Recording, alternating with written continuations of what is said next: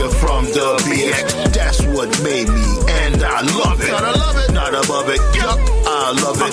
Had to do it my way, gotta follow my way. Memoirs of a nigga from the BX. That's what made me, and I love it. Not above it, yup, I love it. Had to do it my way, gotta follow my way. Growing up in the Bronx, there was adventures. Shit get litty, especially in the summer. Barbecues popping off, satisfy the hunger.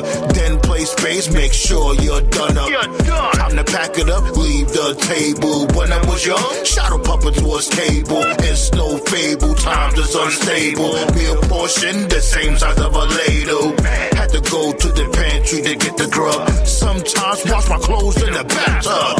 In the blizzard, a nigga had to walk to school. It didn't matter, that's what we had to do. In ghost sound ciphers on the fucking room. Smoking hydro, make the cops come through. They be doing the most for a fucking roach. I hope they don't approach, aiming toast. Memoirs of a nigga from the BX. That's what made me, and I love it. Not above it, yup, I love it. Had to do it my way, gotta follow my way. Memoirs of a nigga from the BX. That's what made me, and I love it. Not above it, yup, I love it. Had to do it my way, gotta follow my way. A nigga got locked cause the spot got raided. They pissed, they got no information. Let us go, your time just got wasted. When they looking mad, you know that's my favorite. Trade dogs roaming, corner stores open. Let me get a bacon, egg, and cheese that's toasted. I'm posted, waiting for the fucking bus. Just to go to a job that's fucking tough. What's this on my check? That's not enough. Let me get a meat cleaver, run amok. Turn savage, far from the average. These bills I'm having, wish they can vanish. I thought I'd play for the New York Knicks. It didn't happen, then I figured life's a bitch. In the projects, bitches used to suck my dick. In the staircase, and this stank like piss. That ass though.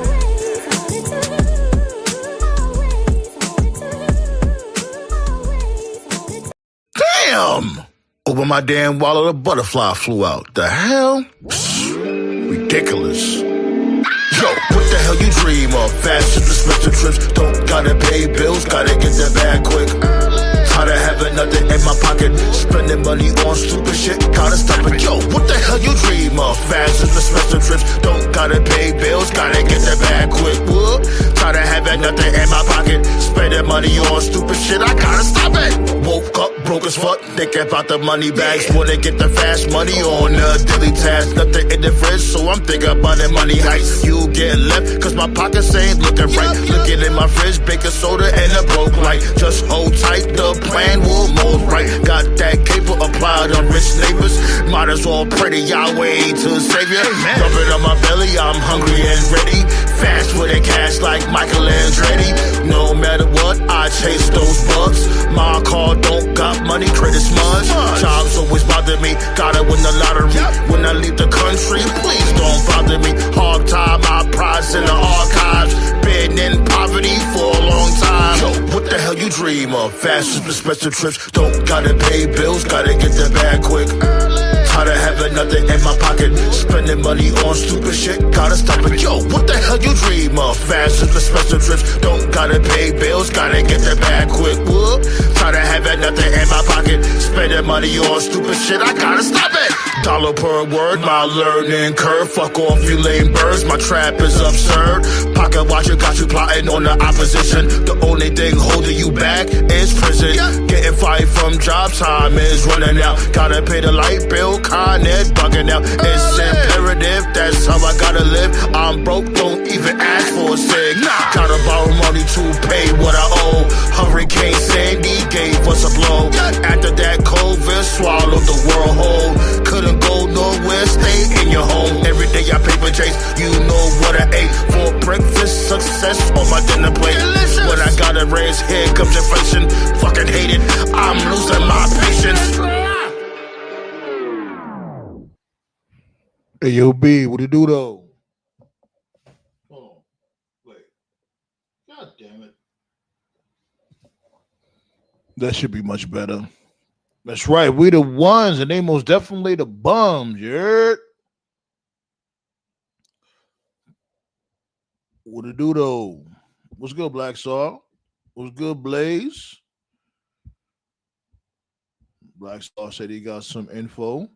It turns out that the plans are the deadly games for the title. What's the deadly games? What's that? Punk faces the winner. This is according to my source. And WrestleMania beginning my nerves as of late. They be acting like they do the good and the bad and the ugly, but it's like they be forcing the good. It's like, no, that wasn't good. Like, I get we all have our own opinions, but come on. But I definitely want to give condolences to the D'Angelo family. I don't know his last name, but for those out there that don't know, we had lost R&B singer named D'Angelo.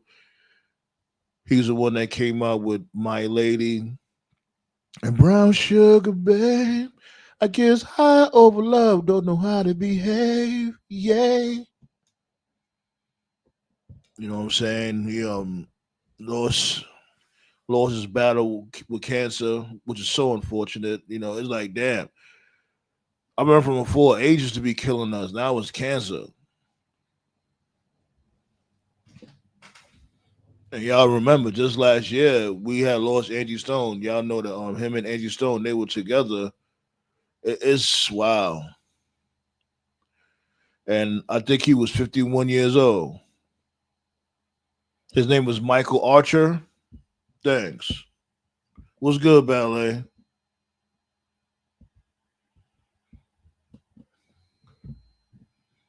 You know what I'm saying? Yeah, man. Condolences to the Archer family. Man, I didn't even know he was. I didn't even know he was sick all this time. Man, just get them checkups, man. Like, I gotta go to the doctor my damn self soon. So I gotta take care of a few things my damn self. Man, go to the doctor, man. Get shit checked up, man. You like stay on top of your health, B. We all not perfect. We all miss some doctor's appointments. You know what I'm saying? It happens. But try your best not to, man.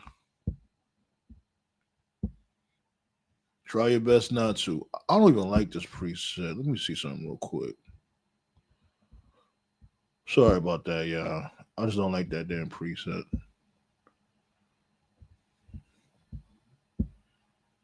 All right.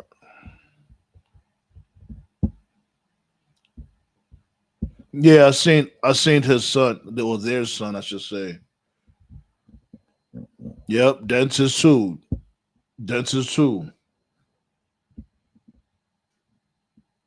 You know what I'm saying? All types of health, your all that hygiene, because hygiene is part of your health also. Believe it or not.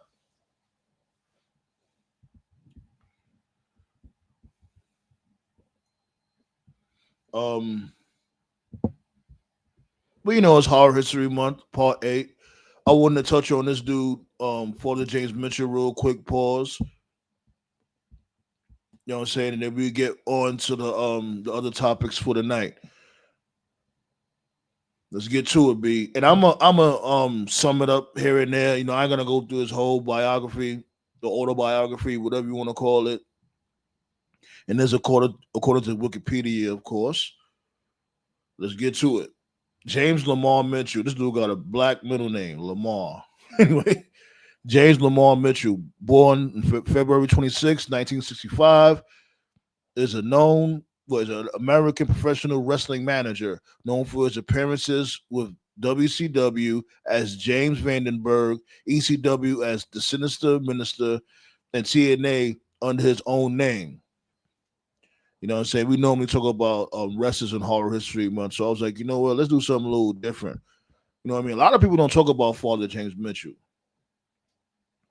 And fun fact, he's a high school dropout.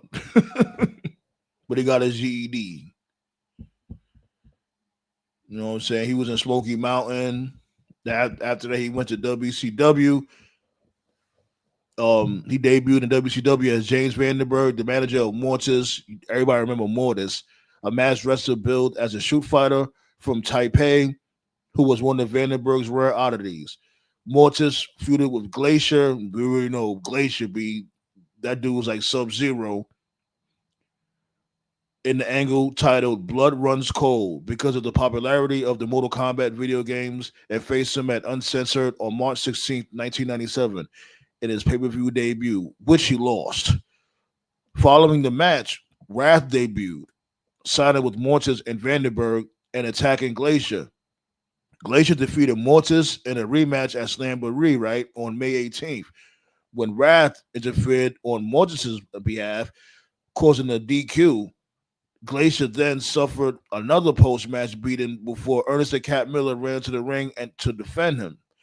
The four men fought one another over the following weeks, culminating in a match at Bash at the Beach on July 13th, which was won by Mortis and Wrath. All right, you're looking out for that cash, B. Thanks for hitting the tip jar.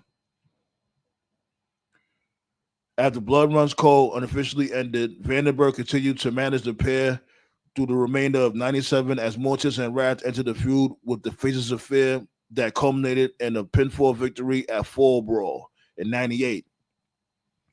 The group was split up after Wrath was sidelined with an injury and Mortis was moved into a new angle involving Raven and the Flock. You know what I'm saying? A little something from his WCW career. What's good, y'all? What's good, y'all? Thanks for pulling up. Hit that thumbs up. You know what I'm saying? Thanks for showing love. What's good, Josh? You know what I'm saying?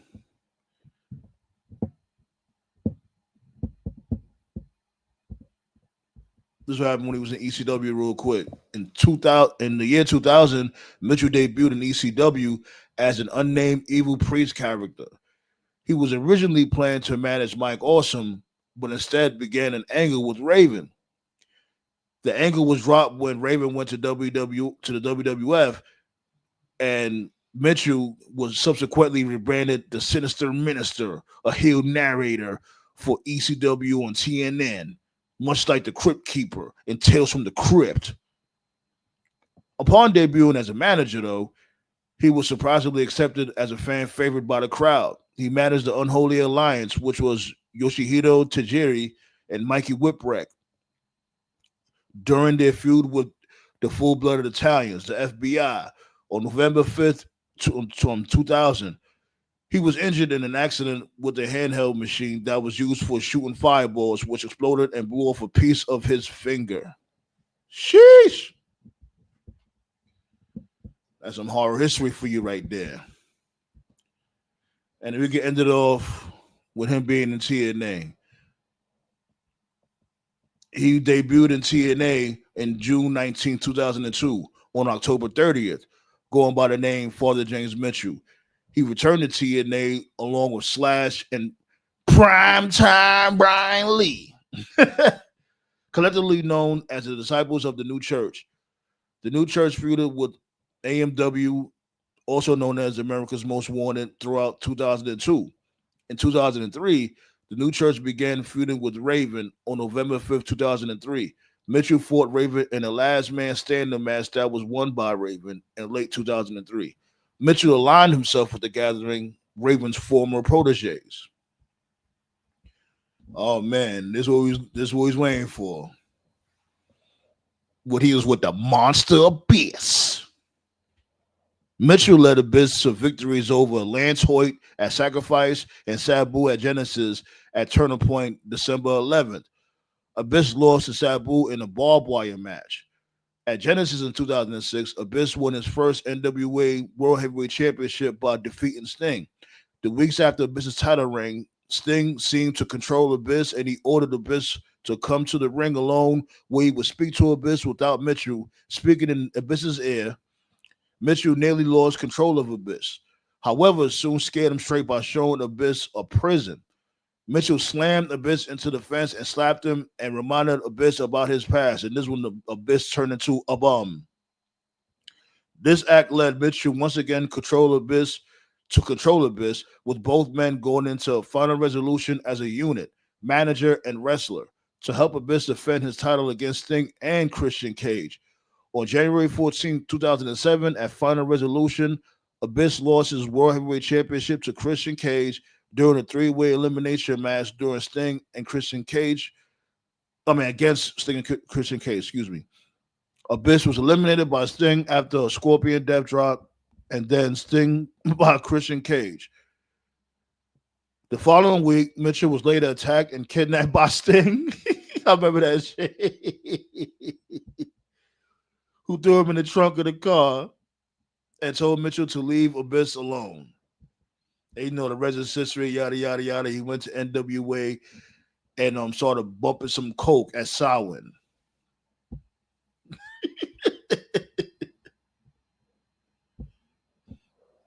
Black Soul said that Mikey Whipwreck win the title in that storyline. I don't remember. I think he did.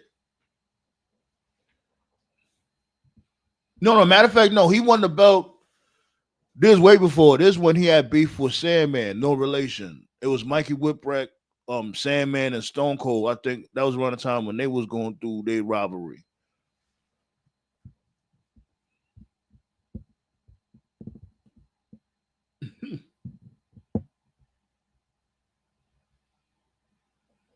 Oh, today's Stacy Keibler's birthday. She's got legs. She's got legs. She used to wear them skirts up to her neck. And I'm saying that's what WWE and all that is missing. Like, they need that sex appeal back. Like, it worked. It worked for some of the women but I guess, they got the whole they don't want to be objectified and shit. So I guess it just goes hand in hand with wrestling. It's just business.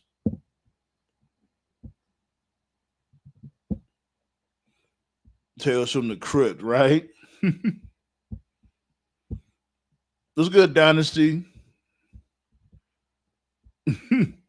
Yeah, just figured, what I'm saying? Like, nobody really don't talk about this dude, Father James Mitchell. So I just, I figured by now, let me talk about him on part 8 of Horror History Month. But yeah, B. What's your thoughts? What was your thoughts on let me see what else you're talking about. Hold on. Yeah, B. Dynasty's here. What's good, Dynasty? I appreciate y'all too. You already know ballet. Appreciate both of y'all, all of y'all. Word. No, definitely not this. This is post WCW Mikey. Yeah, like when he won the ECW championship, I think he beat Sandman for the ECW championship, if I'm not mistaken.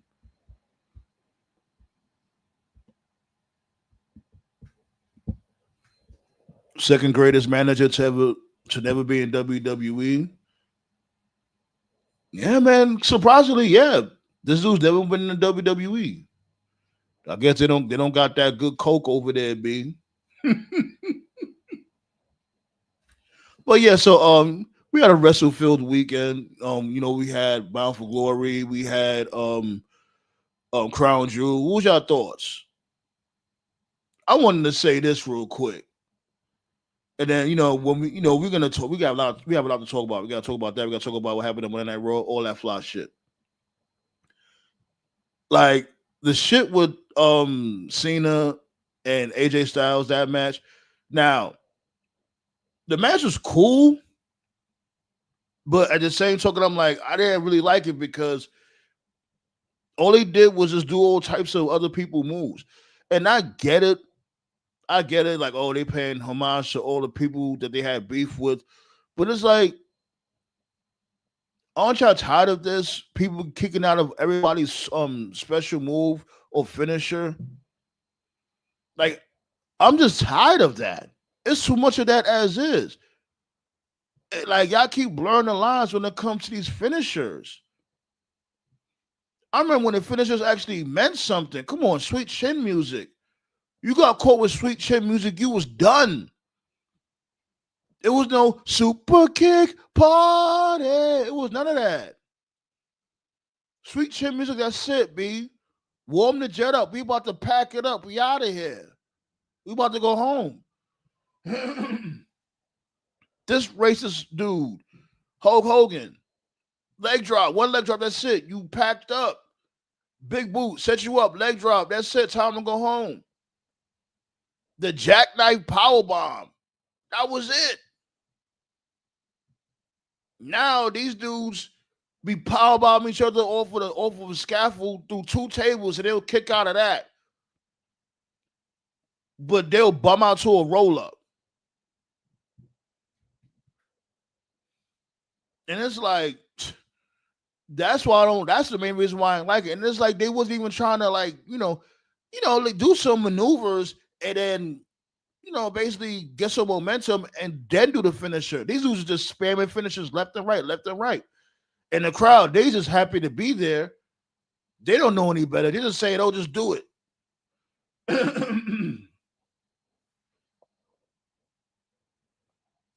I wonder why the hell my damn thumbnail don't show. That is so weird. Hold up real quick. My bad, y'all. Because I could see my shit, but nobody else can. I swear, B, it's always something. Hold up.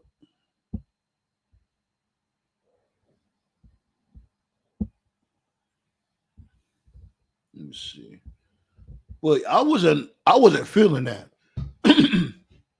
I actually like the match between the ladies, when that tag team match with Io Sky and this chick Rhea Ripley against the Kabuki Warriors. That was actually a decent match, and I'm shocked Io Sky is the one that got the pin.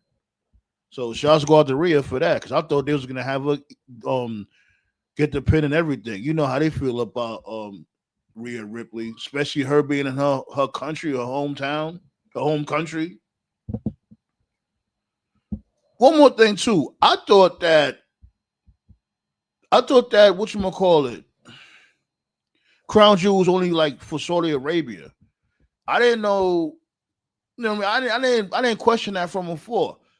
I was like, wait, hold up. So they don't. I thought it was only a Saudi Arabia exclusive type show.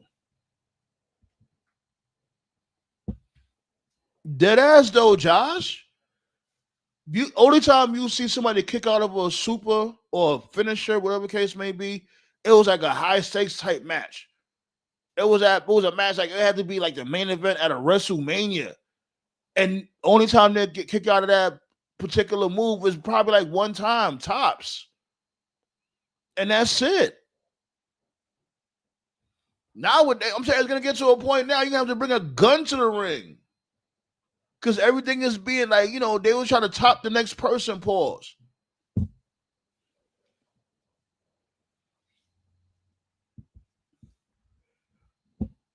Drop that link though.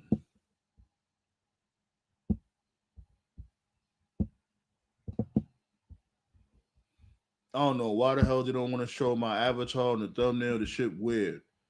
I'll figure that out though. Pow! Right there. Pull up. We're gonna continue talking about Crown Jewel. We're gonna talk about this dude Seth Rollins getting packed up by division causing division. Got Mike Santana finally winning the big one, the TNA World Heavyweight Championship. Shots go out to him. Definitely deserve it. This dude been on the grind for years and years. It's crazy that Ortiz is not there, and I know they gonna do what they gonna do, but I know Ortiz is still proud of him.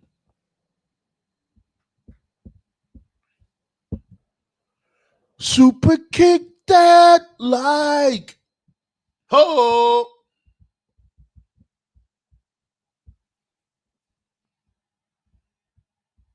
Yeah, the damn fruit roll up. The fruit roll up, the white owl roll up, the Dutch master roll up. What are the roll ups? They got bamboo paper roll up, all that. Like you just came from power bombing this dude off of the stage, choke slammed him on top of the commentator's table. He kicked out of all that stuff. Well, you catch him with a roll up. Now he doesn't have any more strength. Miss me with that nonsense.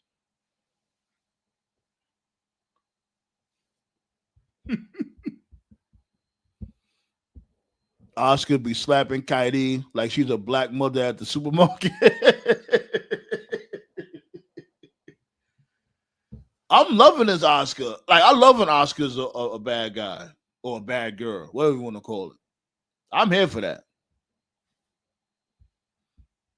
I just think, like, okay, now can we wrap this up? Like, it should have been done at Crown Jewel. Like, what? Why are we still doing this? And like I said from before, with these damn rematches, like this dude can't help himself. It's not much different than what Vince was doing. Vince is literally doing the same thing around what for like what 5 years straight, for like 5 years straight. Rematch. These dudes will have a match at the pay-per-view on Sunday. Literally the very next day on Raw, they'll have a match. So it's like, why am I paying for the pay-per-view if you're giving it away for free, you goof?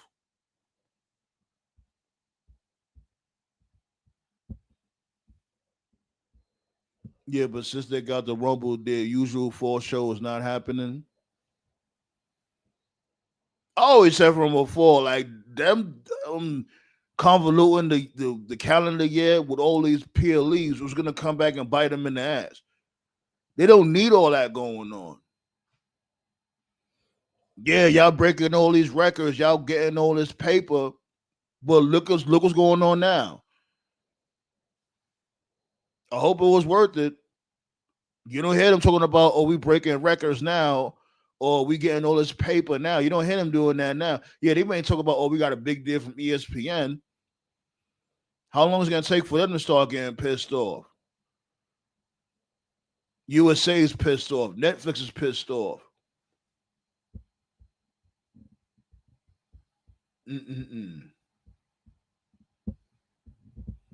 Technology been acting weird. I did my taste tour video, but it got distorted in the middle of recording, and I didn't notice. Yeah, I don't know. Like, I'll figure it out though, because sometimes StreamYard be tripping.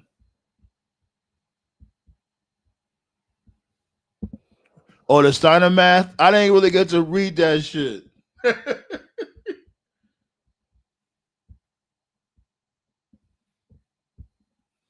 Tell me about it. That Seth ending was a pivot to most likely Jay joining the group. Oh God. You know how dumb that'll be, Black Star? Hell no. They've been beefing for like what, 2 months for him to just join them? That's worse than what Seth Rollins did. Hell no. That's a terrible idea.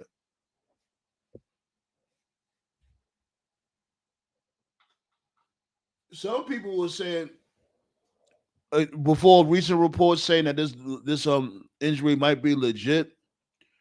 Some people were saying that who knows, this might be another swerve. As a matter of fact, I had put up a poll. Pause. Let me see. Let's see how it did. Let's see who voted. Make sure y'all go and vote, B. I might check it again at the end of the show. Let me just find it right now. Let me see something real quick. I'm trying to find it right now.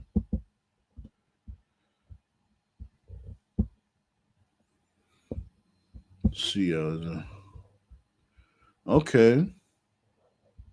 I'm about to pull it up right now on the Counciltron.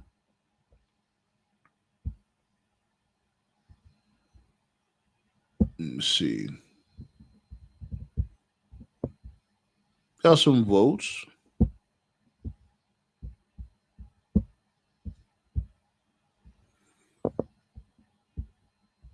Okay.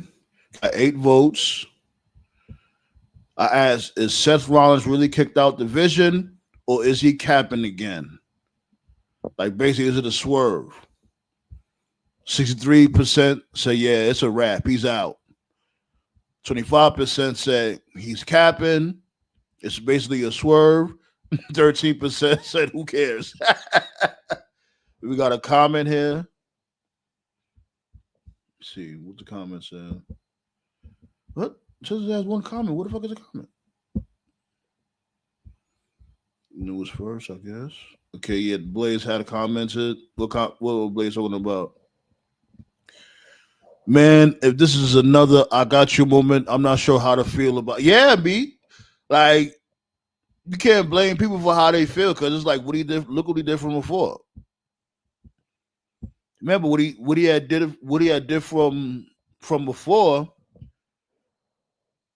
is when he thought, you know what I'm saying, to duck and dodge this dude, allegedly Punk or whatever, or catch this dude Punk lacking.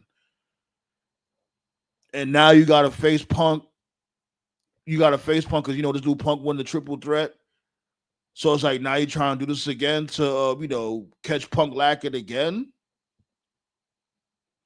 So it's pretty reasonable to think that way. To think like, you know what, this dude is trying to do all these smoke and mirrors to keep on his bullshit towards Punk. And I hope they don't do that because it's like enough. You know, at first the Seth Rollins and CM Punk the rivalry was good while it lasted. Let's just move on from it. Let's move on. Like that, this shit should be a clean slate. You know what I'm saying? Like, I know Jey Uso and Punk and LA Knight, they're gonna be at the top of the card, but we have to have these dudes go up against Judgment Day and some shit. Like these dudes need some fresh opponents for fuck's sake, please. I'm so sick of these dudes going up against LA Knight, Jey Uso, Jimmy Uso, and Punk. Enough. Y'all job now is to conquer shit from the bottom up. Like, yeah, I'm here for Braun Breaker winning the World Heavyweight Championship. Fuck it. It is what it is. If it happens, it happens.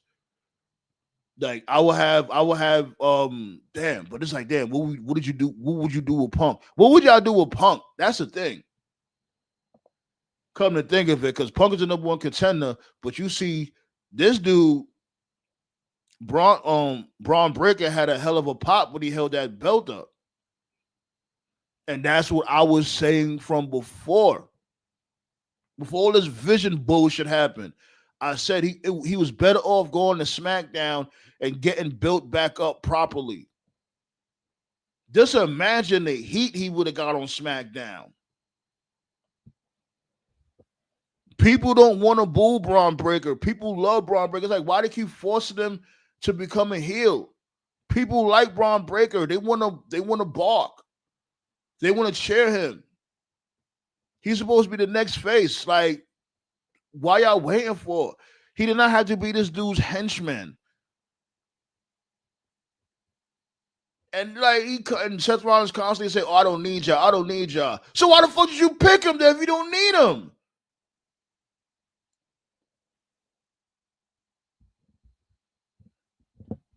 Oh, I don't need y'all. I don't need y'all. Hey, so why are we here then? This is silly shit. Thanks for voting, Ballet. Yeah, whoever hasn't vote, make sure y'all go vote. And remind me to check the voting poll again before the end of the show. Yeah, everybody's saying like, nah, that's it. It's a wrap. He's not like it's not a ruse, it's not a swerve. It's either he joins the group or Jay turns heel on Roman. I'm tired of that shit too. Like them bloke keep trying to revisit the bloodline. Like, no. My idea, what I said from before, y'all remember, right? I said that this dude, LA Knight, should have won Money in the Bank, and he should have cashed in on Jey Uso while Jey Uso was still the champ. He should have cashed in on Jey Uso as a heel. Cashing on Jey Uso, hit him with the briefcase, whatever the case may be, win the World Heavyweight Championship from Jey Uso, and bam, you got a fresh rival. Remember, this before all this other bullshit's been going on. This before the vision and all that nonsense. Braun Breaker would have been on SmackDown. This dude would have been on Raw, LA Knight, as the top heel champion. Like, look at what transpired. Anybody bet y'all motherfuckers forgot about Goldberg going against Gunther? That wasn't even necessary. Everybody forgot about that shit the very next week. They didn't even give him a proper retirement speech. I know what I'll be talking about. Like right now, shit would have been much better than now. If they would have booked how I booked it. And Drew McIntyre should be champion on Raw, on SmackDown. Drew McIntyre should have packed Cody Rhodes up, have Cody Rhodes go and film Street Fighter, and have Cody Rhodes on the chase. Then eventually Cody Rhodes will have to bump into a Jacob Fatu, and he will have to eventually bump into a Braun Breaker. Come on, B. I could do this shit in my fucking sleep. Let me cook. I don't know what the fuck Triple H is doing. All that vision shit did not have to happen. Bronson Reed, he would have been straight. He would have been straight on Raw, doing his thing in the mid card. That you would have had opponents for him. You would have had him against this dude. What's my dude name? Sheamus. You would have had him against this dude. What's my dude name? Rusev. Fuck around. You could have put Rusev and him in a tag team. You could have put Rusev and Bronson Reed in a tag team for fuck all.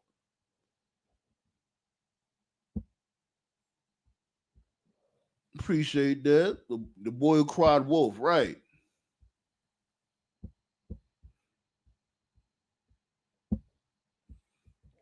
Because if Jay turns heel on Roman, I figured it will be at Survivor Series.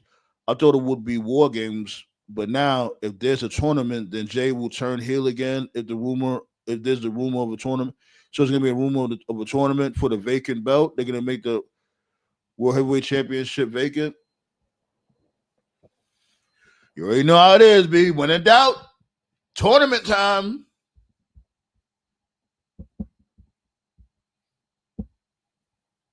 Like, got my dude in the building over here.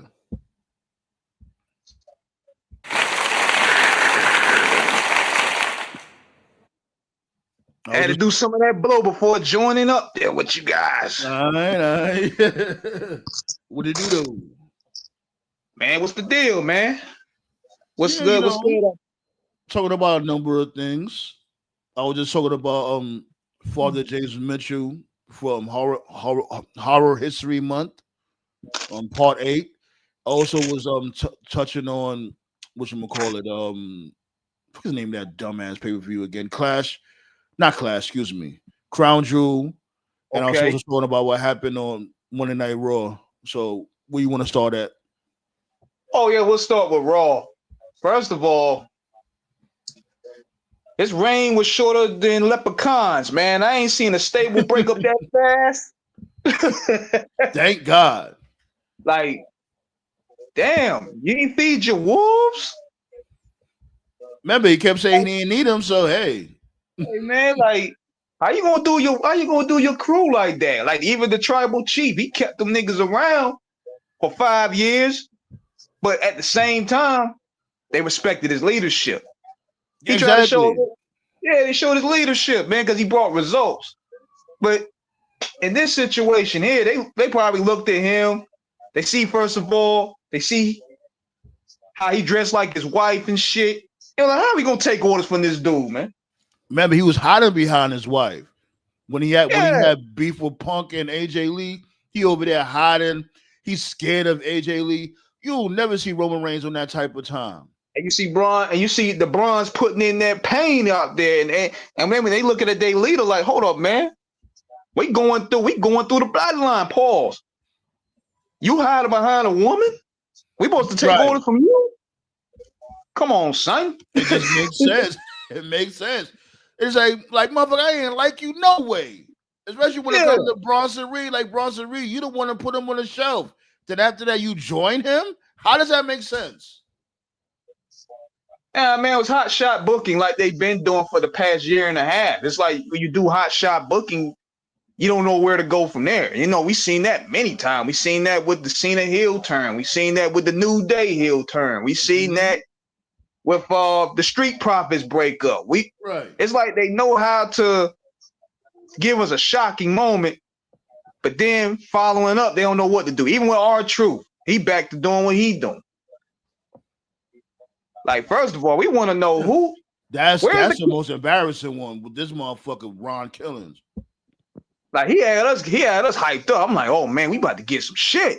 Who the fuck is in front of my house? Yo, what's going on, TK? Yo, I'll be right back. What up? Y'all can continue on real quick. Give me a second. Yeah, that just go to show, man. Seth Rollins is no leader. And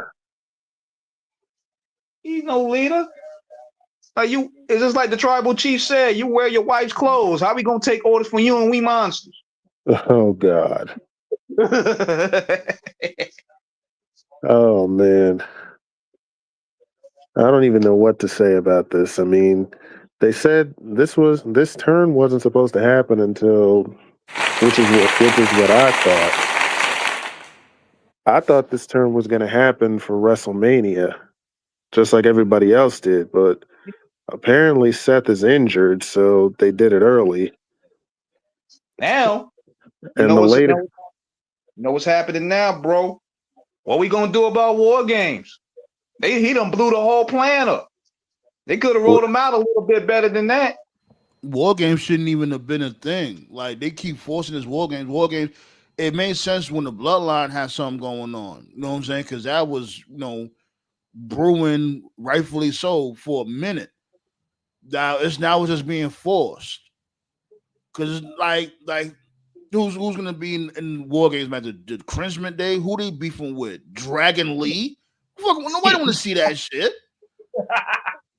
See, man, Dragon Lee, man, you talk about another one that fell from grace. Good Lord. Who? Dragon Lee, AJ Styles, who else? Penta. They gonna be in War Games? Come on, son. And you talk about a fall from grace, fucking Dragon Lee. That dude. I'm telling you. Well, we got my dude Toph in the building, though.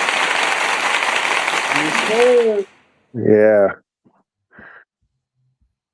Yeah, I've been out there in the wild, getting some data on this Xbox shit. Y'all guys been keeping up all that? What happened to Xbox? No, Xbox.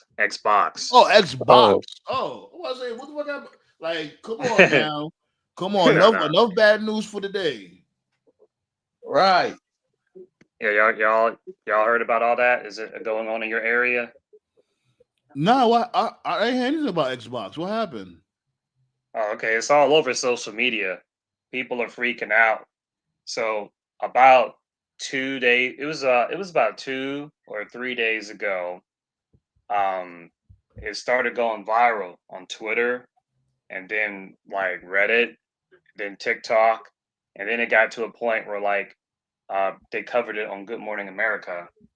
Walmart, Target, and Costco were reporting that they were removing Xbox hardware from their inventory. Only Xbox hardware. So games and accessories like headphones and game cards and stuff like that, you'll still see them. But as far as like the consoles are concerned, nothing. So that went viral. Really? And then it basically just led to complete pandemonium on social media. So a bunch of people started going to their local Walmarts, local Targets, local Costco's, and they started recording. They got their phones and shit. And they went in the electronics section. So if you're curious and you're bored right now, I'm serious. Just go on Twitter and put in Walmart Xbox, put in Target Xbox, put in Costco Xbox, and you're going to see hundreds upon hundreds upon hundreds of videos of people going to their local store and there's nothing there. They go in the Nintendo section, they see the Switch, they see the Switch 2, they see the Switch 2, Switch 1 games. They go in the PlayStation section, they got the PS5s, the PS5 Pros, they even still got PS4 Pros. They got PS4 games, PS5 games. But then those same people go in the Xbox section and it's like dead. Like the Thanos snap at the end of the Infinity War. Yeah, So man. then Fucking that's crazy. Like the downfall of Xbox is hitting hard, B. Pause. so then like the pandemonium got so bad that Microsoft themselves had to come out and they had to make a statement. And the statement was basically like, oh, we're having some shortages at the moment, but we continue to it's clearly it was a statement they put out for damage control purposes. But the long story short of it is the statement was basically saying that we have good relationships with Walmart and Target. They did not mention Costco at all, which I found interesting because the report said that it was Walmart, Target, and Costco. So in Microsoft's tweet, they did mention Walmart, they mentioned Target, but they did not mention Costco. But in the tweet, they're saying we got good relationships with Target, good relationships with Walmart, and we will continue to ship all future Microsoft products to these particular, organizations, companies. Mhm. But if you read between the lines, they don't actually deny the story. They said in the tweet that they're going to continue to ship Come on, future Toph. Microsoft. Land the plane, Toph. Come on, land the plane now. Yeah, well, they're going to be shipping products, but they didn't mention consoles. You see what I'm saying? Mm. So if you guys get time, next time you're shopping, your lady, your parents, whatever, just go in the electronics section. Check out your electronics section and tell us, let the round table know.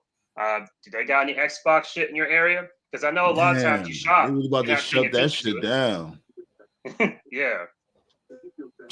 They going what is it? Was it they going bankrupt or some shit? No, they're not going bankrupt. They're just killing it. That's what's happening. Microsoft is going third party. That's what's going on. They're doing it slowly. They're just gonna do games for like the PS5 and Yeah. stuff. Yeah, they're gonna put all their Wow, shit on. They're like gonna what put all their Sega had shit. did. Yeah, that's what they're doing. They're just milking it slowly. There's no reason. And then also, if you remember, they increased the price of the Xbox. I think it's like what? Like someone look that shit up. I think that someone look up the price of the current console. It's like $500 or something. Oh yeah, they definitely tripping. Create a monopoly. I said Xbox. I've been saying Xbox was whack from the jump. I knew that Yeah, shit me wasn't going to too. last. I I knew they never wasn't going to last. I never really been an Xbox guy. They do got good games, but like Xbox as a whole, I never was really a fan. Oh, that we lost Coked Out Sean. I'm The, I'm I'm a PS5 guy or a PlayStation guy. But I agree, Blaze. Like, but I still wasn't a fan. I still wasn't a fan of the stable. I think they didn't make any sense, and I'm glad they imploded. Long overdue. It should have never even happened in the first place. Yeah, we got Coked Out Sean back. I'm checking Walmart now. I'm trying to see what the Yeah. prices are on Walmart. Yeah, they just basically creating a monopoly, just like all these companies are starting to do now. I don't know if it's a monopoly. I just think they feeling like, I guess nobody's not really buying Xbox like that. So is that the case? Like they stopped buying a console, so they like why keep manufacturing the console if nobody's buying it? Might as well just buy a game. I mean, might just develop the games and that's it. That kills me with people though, man, because they won't support the system. It's just like anything, like with Blockbuster and all these type of videos that was out. Soon they announced they're gonna close the shit down, all of a sudden everybody start getting nostalgic. But if you would have supported the shit in the first place, it wouldn't have to be in this position. You know how it is. People want it when they don't have it. Like that's when people want it because they can't get it. You know how people would be. They have their fucking mind. I'm on Walmart right now. They got Xbox. I'm just gonna read this. Xbox Series X gaming console, 1 terabyte. All it comes with is the controller. That's it. Guess how much this shit costs? Guess. Well, over 500. $648. They trying to smoke crack. But a controller? No Yeah. game. Can you at least download games on there? I mean, yes, 1 terabyte, but yeah. Wow. 1 terabyte for almost $700. Yeah, y'all are on dust. Yeah. Like I could get a fucking 3 terabyte external hard drive for like what? Less than $200. Yeah. Also, the one last thing I forgot to mention, EB Games, that's basically GameStop for Australia. If you go on EB Games right now, on their main page, they got PlayStation, Nintendo, PC. They don't got Xbox on there. So basically what's happening is it looks like a lot of brands across the world are just phasing out Xbox, and that's what's happening. Put them in the pack. Black Sauce said it looks like a torn rotator cuff, and if that's the case, Mania most likely, yeah. If he tore his rotator cuff, we ain't gonna see Seth in a good while. A torn rotator who had that? Who had in the NBA? Did Kobe have that injury? I won't be surprised. If it's a torn rotator cuff, he's definitely gonna need surgery, which means he's like minimum 6 months. Which means he's 4 to 6 months. Which means he's definitely gonna be. He's definitely gonna give up the belt if that's the case. Yeah, Black Sauce said they might be doing a tournament. Well, that wouldn't make. They don't need to do a tournament. Just make it CM Punk versus Braun Breaker. That's it. Man, look. Let me tell y'all this. If they would have did it, they should have did it this way. They should have capped it out a little bit. Just did what I did. Get in the fight in the Marine, get my ass beat, and say I got jumped by like a 10 thugs. Oh my god! And you did that all for a girl, man. She was the hottest thing out there. Dude was capping. Like, my dude, you got your ass whipped by one dude. He said, yeah, it was a whole bunch of them. It was a whole Navy fleet. Yeah, you got your ass kicked by one dude because you kept flirting with his woman. Like, get the fuck out of here. Got packed up. I'm coked out Sean, man. She couldn't resist the swag. Oh, God. So you had too much Riz. That Riz every real fight he ever got into. Pretty much. That dude beat him so bad, pause, he ended up going to religion. He was like, I'm about to turn my life over to the Lord after this. Shit. For your sake, he got tired of getting his ass kicked outside. That's why I had to do a little politic and all. That's why we had to find a way to give Razor the belt. Right. Well, Blaze said he showed you love, TKO, for your new video. I appreciate you, Blaze. Yeah, man. Go ahead, promote it. Yeah, man. For those of you that didn't see it, my brand new music video just dropped. It's called Deep. It just dropped yesterday. It's a continuation of my Rock My World video, but it's a whole movie. Check it out if you haven't seen it yet. It looked like you was low-key dressed like Kane. I was kind of going for the Kane. I was channeling a lot of things in this video, like the Kane look, while going for like Queen of the Damned and Chris Brown's Wall to Wall video in one. Okay.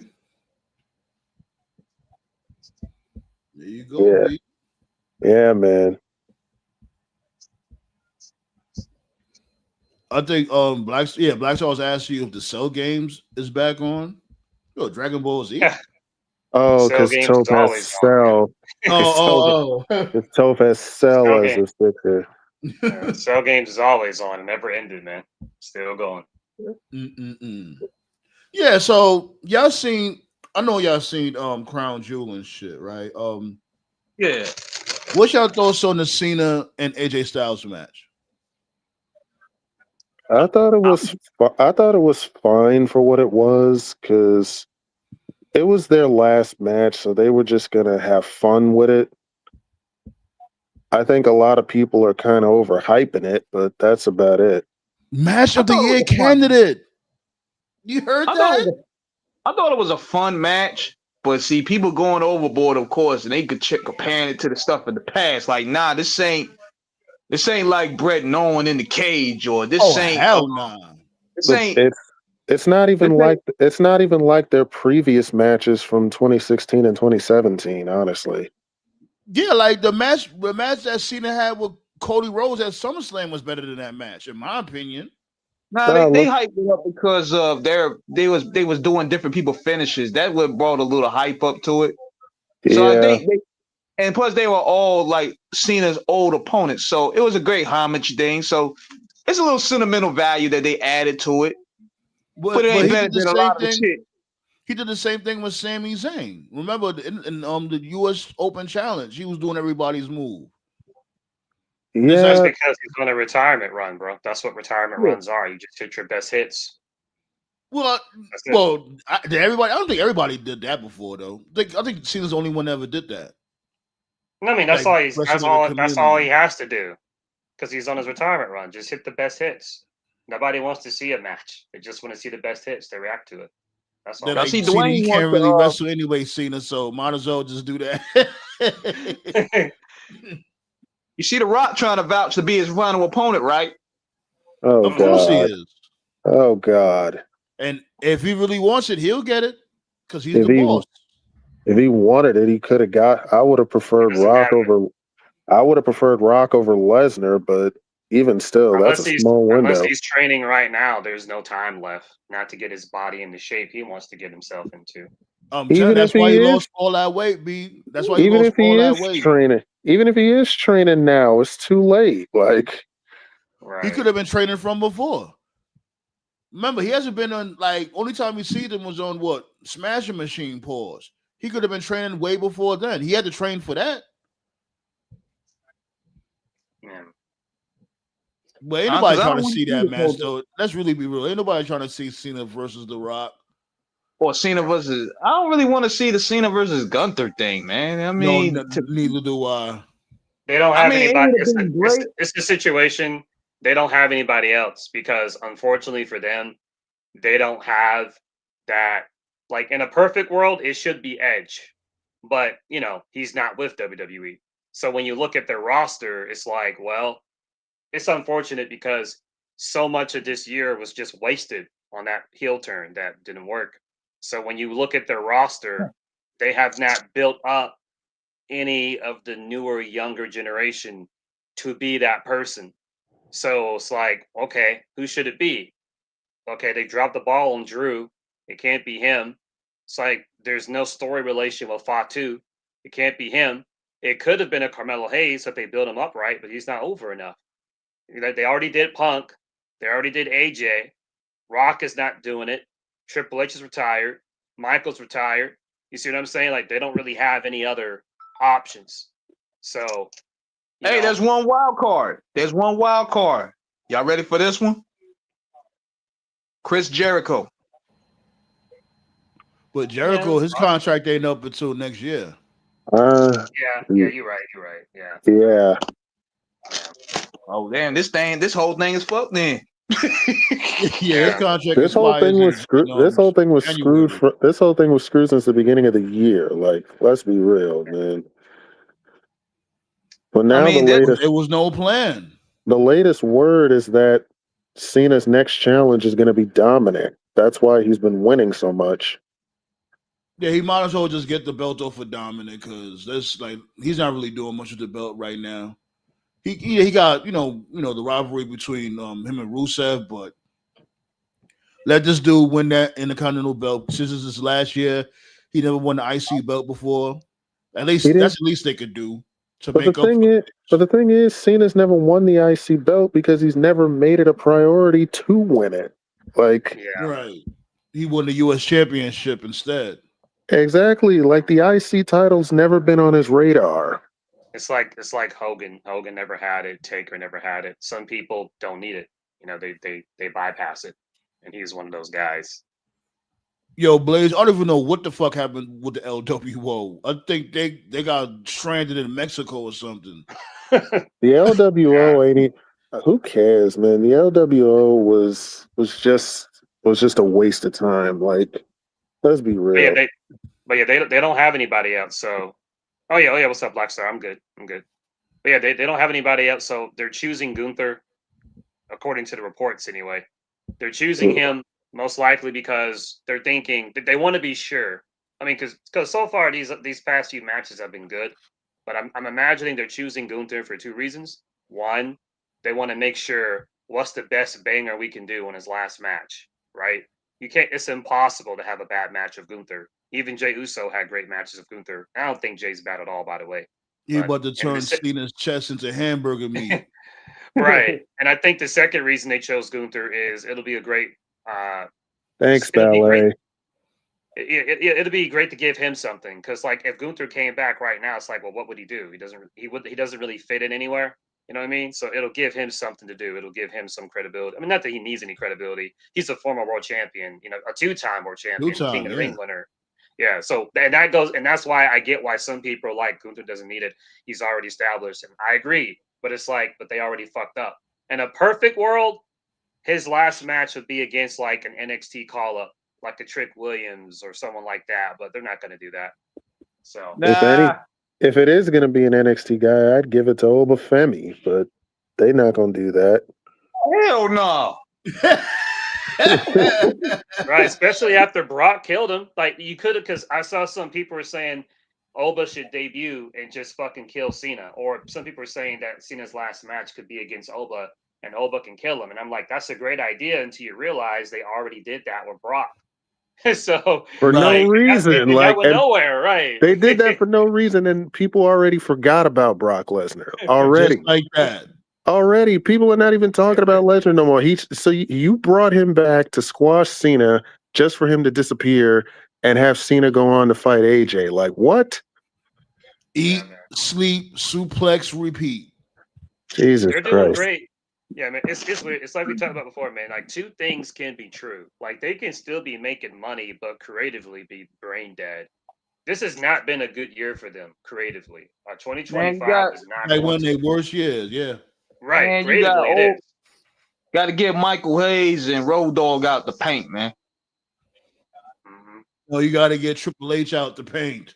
Even if you get Triple H out, you might bring in somebody that's worse than him or as bad. Like I don't know who could be worse than this dude. I thought Vince was bad, and I wasn't on that. I wasn't trying to be on that hill, but for you to fuck up this bad, this fast, wow. Because I wasn't gonna go there because motherfuckers are saying he was worse than Vince. I'm like, we're not gonna go there. Like, but I'm like, yo, damn, my dude, I'm trying to defend you when it comes to that at least. I think. Are you talking about Triple H being worse than Vince? Is that what you're talking about? Yeah, because remember we spoke about that from before. Like when people were saying that he was already worse than Vince, and I'm like, nah, we're not gonna go there with that. You know, what I don't think this. This is what I'm gonna say, right? And we all know Vince could be like dog shit. I don't think Vince ever had a creative year like 2025. Like this year in 2025, I've never seen many.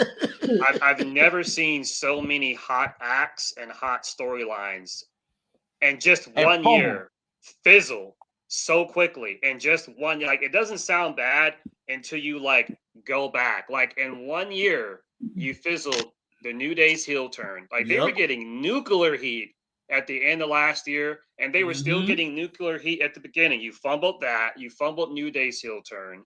You fumbled John Cena's heel turn. The turn itself was great. You brought in guys like Pentagon and Phoenix, and in like literally a month, they just became background people. Just regular, they like regular schmegler type dudes now. Right. You fumbled that. You fumbled The Rock's final boss thing. You fumbled whatever the fuck the Travis Scott thing was going to be. You put. I don't know what the fuck he had planned for that. That's what I want to know. What did he have planned with Travis Scott? Like I getting the hardcore championship like, and everything. Like what was you going with this? So it's like you did that, you fumbled that, then you fired R-Truth, and then it blew up in your face to the point where like even the wrestlers were like, yeah, this is pretty fucking stupid.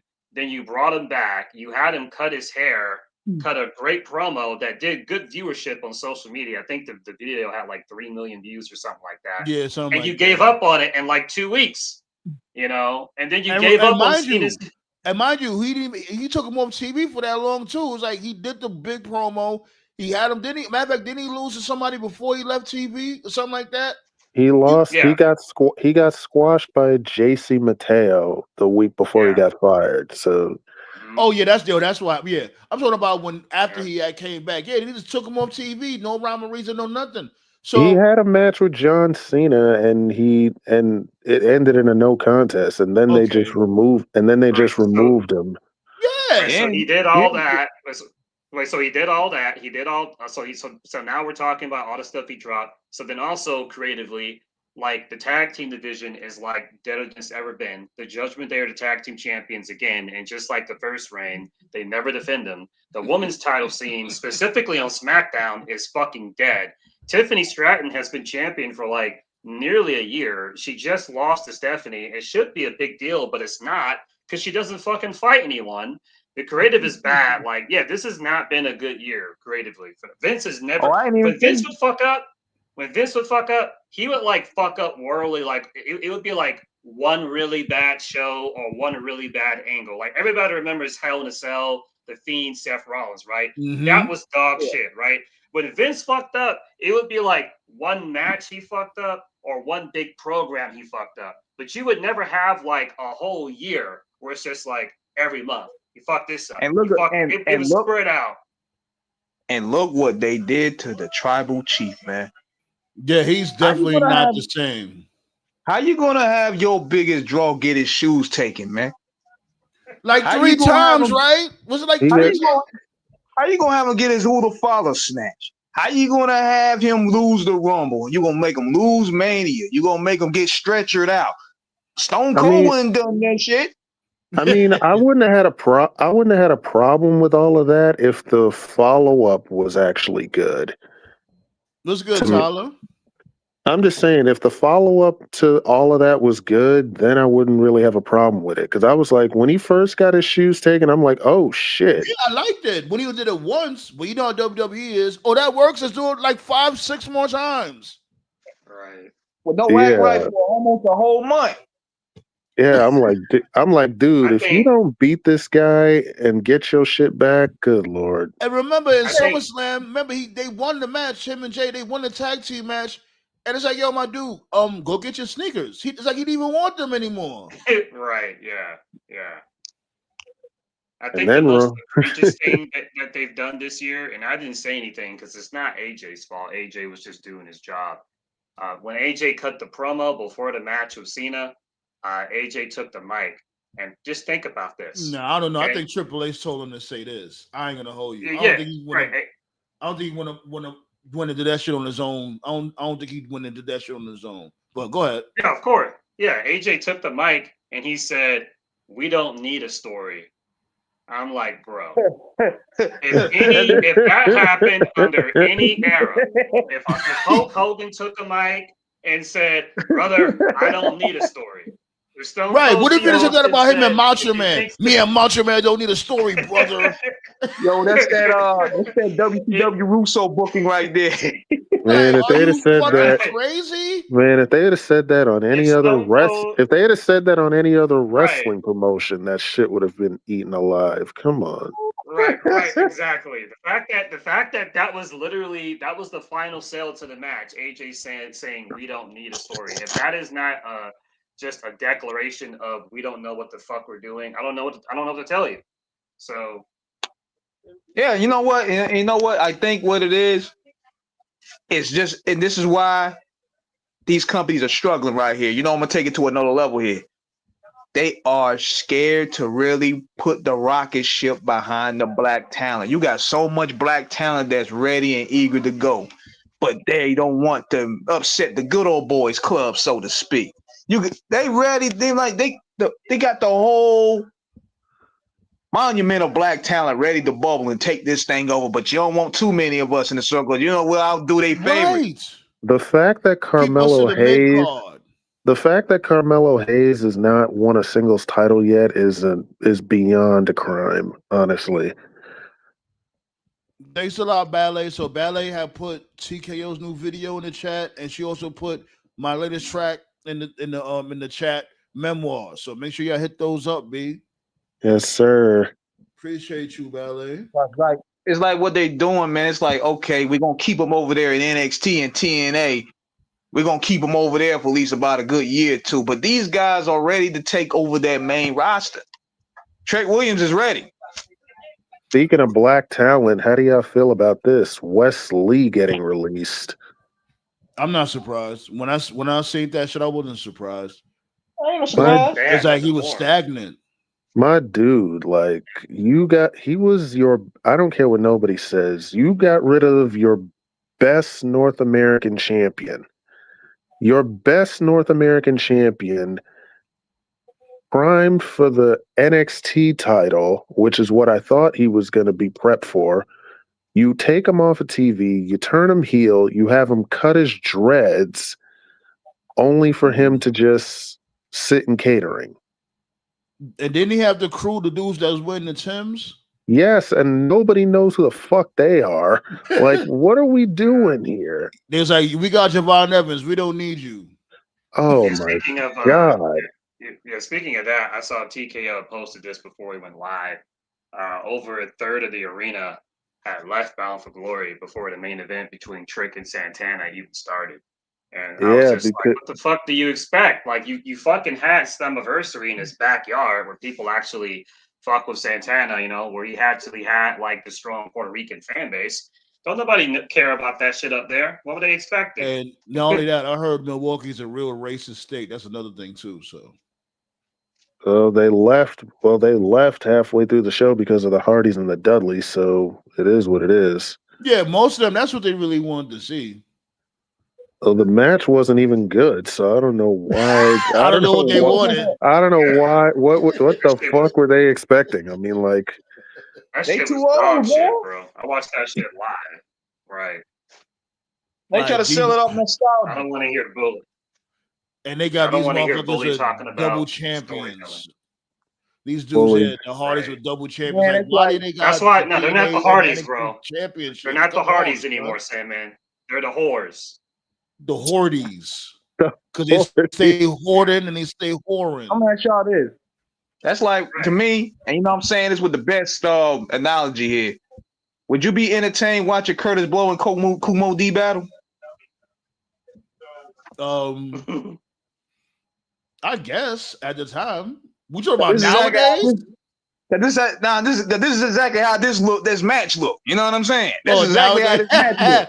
Yeah, nobody trying to see no battle like that nowadays. Hell no. And this is That's exactly like how when this this match dude- look to me. That's like when this dude battled Eminem. Who battled Eminem again? Ruh! What's my dude name again? I forgot my What's his name? dude's Melly Mel? Melly Mel, yeah. That's a Melly Mel trying to battle Eminem. Like a roach crawled out your book bag. I'm like, what? I heard that shit. I'm like, what the fuck were you thinking? He said, now you mad and you look sad. Like a roach just crawled out your book bag. I'm like, what? Are you trying to diss or are you Yo, trying to make him do a two-step? Like, what the fuck? Like, you a stupid fool. We dropped out of school. Like, what the hell, shit? And then Eminem would respond to him, we lost his ass to roids. I'm like, don't do roids, kid. Oh, shit. Yo, you motherfuckers coming in a lane where you know you got animals in this kingdom right now. You got Styles P, you got Freddie Gibbs, you got 38 Special, you got Ransom. You coming in with some, you a stupid fool. You want to hear that shit? Raw. Tyler say he think WWE bankruptcy creative. Yeah, of course. Come on, B. We all there with it. As a They ain't got to whole, go- when it comes to creative, I think that's what all the wrestling companies nowadays. They just AW's it's like the bankrupt too. it's like the well ran dry. And they booking. That's why people don't understand. Like they people defending one company over the other. They both the same booker. And They listen, don't want to push black talent. If AEW was smart, you would have based your company around Mercedes, the Hurt Syndicate, and Swerve. Y'all done got the white boy. They tried to put the company around her, but she has nothing you can sink your teeth into. I think the syndicate is still in they high fine. regards. They're gonna be Yeah, the fine. syndicate is fine. They like the only they're the only ones that actually look Yeah. like stars on the show. If not them, Tony Storm. Yeah, I think there's definitely more movement with black talent in AEW for sure. I But agree. black Yeah, talent being pushed well, that's always been it's always been better outside of WWE. I used to talk about right. that with Sandman back in the day. I remember like back like in the like the mid 2010s and shit. I used to watch Ring of Honor and I would see like Jay Lethal, I would see Moose back when he was over there. I'd see Cedric Alexander, like, and they were all being pushed like pretty heavy. Then I started watching TNA, and they were doing like the Beatdown Clan The shit. You had Tim like Kenny Bros. King and Lashley. So yeah, it's just WWE, man. They've always been hesitant to fully embrace it. Like they're getting better with it, but they're still not like as coked out. Sean said they're still not at the point where it's like, okay, just give us the keys. They'll let us sit in the seat for a bit. They're not going to give us the keys though. Yeah, they'll keep us in the mid card, and They it's even like, yo, even the big three storyline with Bianca, Jade, and Naomi. That's money right there. and let's really be That, real. They had one of the hottest stories last year. But really think of it. Like, come on, B. Let us cook. We know what the fuck we got going on. You remember when they had let Lashley go, when they told Lashley in WWE they had nothing for him, and they say, oh, the reason they have nothing for him is because he's too old. I'm like, oh y'all really fucking serious right now? Oh my god, that narrative needs to die That like was the first tip ASAP. off Like, right there. Yeah, that was the That was first the bum first out. tip off right there. Mm-hmm. Like you just let Lashley just go? And people just I'm sorry, that he's too old narrative needs to die like ASAP. Like, come on Yeah, like now. even Toph broke it oh, down. Like everybody that's in the main event is in their mid 40s, mid to late 40s. The fuck? yeah. Right. Even Cody's knocking on. Orton, Even Cena, Cody Rhodes is Cody. knocking on Yeah, 40. Like, a lot of right. people don't know Cody Rhodes is And knocking that on goes 42. right. That goes back to what Swerve said, on Swerve's podcast that I've mentioned before, where he said that he had a match for NXT, the one against Austin Theory that I know TKO remembers, and Yeah. he went through Oh the curtain after the God. match, and he said he went through the curtain and he saw like Triple H just hanging out and being buddy buddy with like Gargano, Ciampa, Riddle, Sami Zayn, Owens, and it was like he when he went through the curtain, no one was like, "Oh, hey, Swerve, good match." Like no one congratulated him or whatever. And Swerve was like, he damn. knew in that moment, he's like, "Oh, okay, I'm not one of his guys. I'm not one of his Yeah. guys." Then he went up to Triple H and he was like, "Yo, Trips, what can I do?" Like he asked him point blank. He said, "What can I do to get more TV time? What can I do to be more?" Because if you watched NXT back then, Swerve would just show up on NXT like every once in a blue moon. He Mm-hmm. wasn't there every week, and Triple H just basically had like nothing for him. And then the whole like the whole like hit roll, death roll, whatever the fuck it was, that was Stephanie's idea because Stephanie likes rap. Stephanie was like, Mm-hmm. hey, and that's Triple H's wife, right? So when your wife, who you work with, when she's like, hey, honey, I got an idea, you're just going to be like, okay, honey, sure. He didn't believe in that Right. shit. He didn't care. He didn't seek potential in Swerve. He just Yeah, agreed with her because he that's actually his had wife. explained So it. then Swerve, He actually had explained it on Vlad. And Vlad was basically asking the same thing. He was like, yeah, he went to Triple H and he was like, yo, how do I become your guy? I want to be a Triple H guy. What do I need to do? Because he was asking him from afar, like, what is he doing wrong? And Triple H kept giving him the runaround. Like, Triple H is talking circles. yep. We know where he got it from. His punk ass step pops or father-in-law, what the fuck you want to call him. I'll just say this. Nah, that just Triple H just hold on, my dude. I'm almost done. So Yeah. basically, what he cornered him was like, yo, what do I need to do to be a Triple H guy?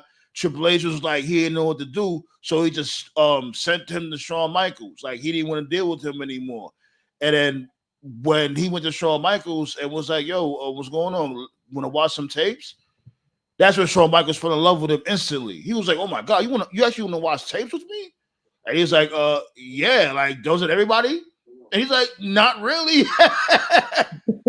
But that's how it is at the time. They don't really invest. And that's why you got a lot of these bums that's getting pushed. Like these motherfuckers to sit there and have a match. Like what Bummer Taker said. I don't agree with most of his takes, but when it comes to this, he's right. These motherfuckers have a match and then go in the back and be on Instagram or TikTok and shit like that, or see Motherfuckers would rather how be much, like yeah, motherfuckers would how rather much be fucking, like how much shit that they got going on with Meltzer, how much stars Meltzer give them and shit. yeah, like You they know worried what? about the wrong thing instead of getting better in the ring, and that's why motherfuckers is not getting better. Yeah. And then you don't got the house shows. That's another thing too. So they can't really polish their skills. I mean, at the same time, I get it as well because a lot of people are not getting TV time, so they're gonna do stuff to get over, like on the internet in some type of way, so people won't Yeah, forget yeah, them. But so I get it in that aspect, yeah. but at the same time, if your skills in the ring are not improving, then who that's on you. Like, come on now. Right. Like Ridge Holland punk ass. Oh God. Ridge Hollins, forget about it. Comment Like from Black he Star. had so much potential. What Black Star said? What's good, He Seaflu? Black Star put a comment. He had put a comment about that X Division match from the Bound for Glory show. Let me find it. Oh Now yeah. I was reading this one. Why don't you ask us? We'll tell you how much you. That was that infamous promo from this No, dude no, Scott the Steiner. Oh God, Scott Steiner. the You go online. the You the go Evan online, Slater you play comment. your video He games. did. Oh man. Oh my god. No, he Scott posted a comment Steiner was a about Evans menace. versus Slater. Okay, hold on. You go online, you play your video games, look on these dirt sheets, try to see if you had a 4-star, 5-star match. Why you care about their opinions? Why don't you ask us what we think of you? And we'll tell you that you suck. Like, Evans versus eh, Slater. I don't care. That was such a great match. Eden sucked, but man, that match was fun. I They did expected that shit nothing on less. purpose. Yeah, yeah, They did that yeah. shit on purpose to me. They did that shit on purpose to me, man, because why would you send the bootleg Shield out there on that match? Out of all the matches, you why gonna would have you? Why were they even there? Like, what did they have Right. to do? What did they have So to I do want with to, Slater yeah, They and trying to get Evans? him Like, over by any means. but it's yeah. not So working we was though. yeah. I was gonna cook on this, right? So for the past like literally this whole year, I've been just telling everybody who will listen that TNA is dead. They're a bitch now. WWE's the pimp. TNA's the whore. And this match right here is further proof of that. So why would you do a time limit draw? Which, by the way, as a former hardcore TNA fan, TNA never did time limit draws ever. AEW Right, does they them. did it New right. Japan You does them. right. They never Ring of did. Honor does them. TNA never, ever, ever. They didn't do time limit draws in Asylum era. They didn't do it in Dixie era. They didn't do it in the Hogan and Bischoff era. Now, if they started doing that shit, it had to have been like after I stopped watching. But I can tell you, like I watched like 20 years of TNA. They I never did promise time limit you. draws. I Even promise you. WWE, It's. they don't fucking do time limit draws. I It's promise like a you, it's cop never out. happened. I promise you, it's never happened in TNA once. Not even the current Right. TNA So Yeah. roster. That's what I'm saying. Now that he said that so shit, I why don't would you remember why ever would you having do it? a time limit in any match. Right. So why would you do a time limit draw and then you then restart it just for a fuck finish, right? And so then the sort of disparity I saw online is WWE fans were like, "Oh, this is good heat," but I'm like, "But you're not thinking about this. This is not a WWE show. It's a quotation TNA show, and it's not just any TNA show. It's It's their your biggest show of the year." WrestleMania. Yeah, WrestleMania, right. It's Right. your biggest So show. imagine Like, a what do you? WrestleMania dream. Right. So I want you WWE fans who don't see a big deal about this, I want you to imagine at WrestleMania next year, you get Braun Breaker versus Jacob Fatu, where they kill each other for 20 minutes for the fucking, I don't know, Death Riders from AEW to just kill them both and then say, yeah, Had good Crimson heat. Day come You'll be through fucking and furious, right? Oh Right. So that's God, just fucking man. stupid. That whole finish, that finish just further shows you like what WWE thinks of TNA because they didn't care. Because in their head, they're just thinking, yeah, great heat. But that's TNA's bigger. We don't care. We don't fucking care. So Yeah, basically. That's that's probably part of the reason some of the fans left because that was trash. Hey, remember they pissed him off from before with the what's that, the Koya shot gauntlet battle royal? Oh Jesus, how yeah, they've never had co-winners either. Co-winners. Like what the Yeah, hell? they but pissed that's people another off with that WWE. shit. Yeah, that's another And, WWE influence because TNA would never. I mean, TNA would do dumb shit, but nothing like that. Not that Right. dumb.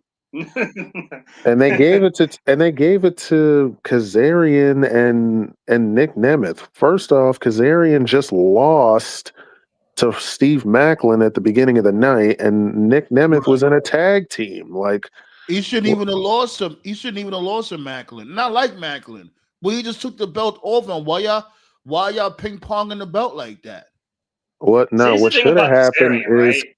Kazarian won this battle royal last year, though. That's the crazy thing. Yeah, matter of fact, Because you right. Yeah, he did. here's the thing about Kazarian, right? He got salty when he was in AEW because like TK didn't do much with him. So he went back to TNA, and I'm like, all right, that's fair. You know, TNA, that's more your thing, and that's more your thing and all that. But This, he wanted to get like a bigger push, and it's like, dude, this, Kazarian, listen, I respect you. You're still in great shape, but let's be real here, man. You were never people weren't fucking with you like that as a singles. Like you were like your tag team with Daniels, Bad Influence, like Chef's great. kiss. E- Yeah, was X chef's kiss. great. Division, Yeah. X Was Division stuff, great. great. But you were never on that level like as a singles. You just weren't. And he was salty because he was like, well, there's other older guys in AEW that get pushed, like a Christian or a Sting. And it's like, yeah, but They're those more guys established actually singles guys, right. dude. Right. Like, So it's like what I mean? Like, so I feel like he's still trying to like, I mean, I appreciate the work ethic that he's still trying. It's just I just don't see it. I don't see Kaz as a world champion competitor, like If at all. anything, the other guy they had, y'all remember Cowboy James Storm? Of course. yeah, Yeah. Yeah, he was the guy at that point. Well, I Yeah. remember him more so than Kazarian. I'm Yeah. sorry, man. Man, they did James Storm dirty in TNA so bad. We all knew guys like Rude, James Storm, Joe, AJ, Lethal. We all knew those guys were main event level talents even back then. They just weren't booked right. But none of us doubted that they could get to that level. But even in the glory days of TNA, Kaz was always just a mid card guy. And there's nothing wrong with that. But Yeah, yeah. I always like Kaz though. I always like Kaz. Him, yeah, but him being in the mid call, yeah. That's what I'm saying. Him keeping the international championship, it fitted him. Mhm. Yeah, Hey, you know what? I'm Like gonna that give shit y'all would a have hot been take fun. right here. I'm gonna give y'all a little hot What's take up? right here. Oh boy. I think I'm gonna give y'all a hot take, and this ain't the coke talking. What? I'm thinking Hangman Page better pay James Storm that homage. Oh See, boy. Oh man, Cowboy can shit. you? Oh man, can you imagine? Come on, man. Like you Who, was James you Storm was a pulling up to clean. AEW? And I'm like, where'd you get that? Where'd you get the gimmick from? Cowboy shit. You got it from James Storm. Pay that man. That'd be Nigga, they that be would be. smoking I ain't blunts gonna in the lie, that corner. would be interesting if James Storm actually pulled up on Hangman at AEW. James Man, Storm you is also like one of the last guys to just use a super kick as a legit finish and not spam it. He had a good super kick too. The Very good. last call. Yep, last Last call. call. Just crack you.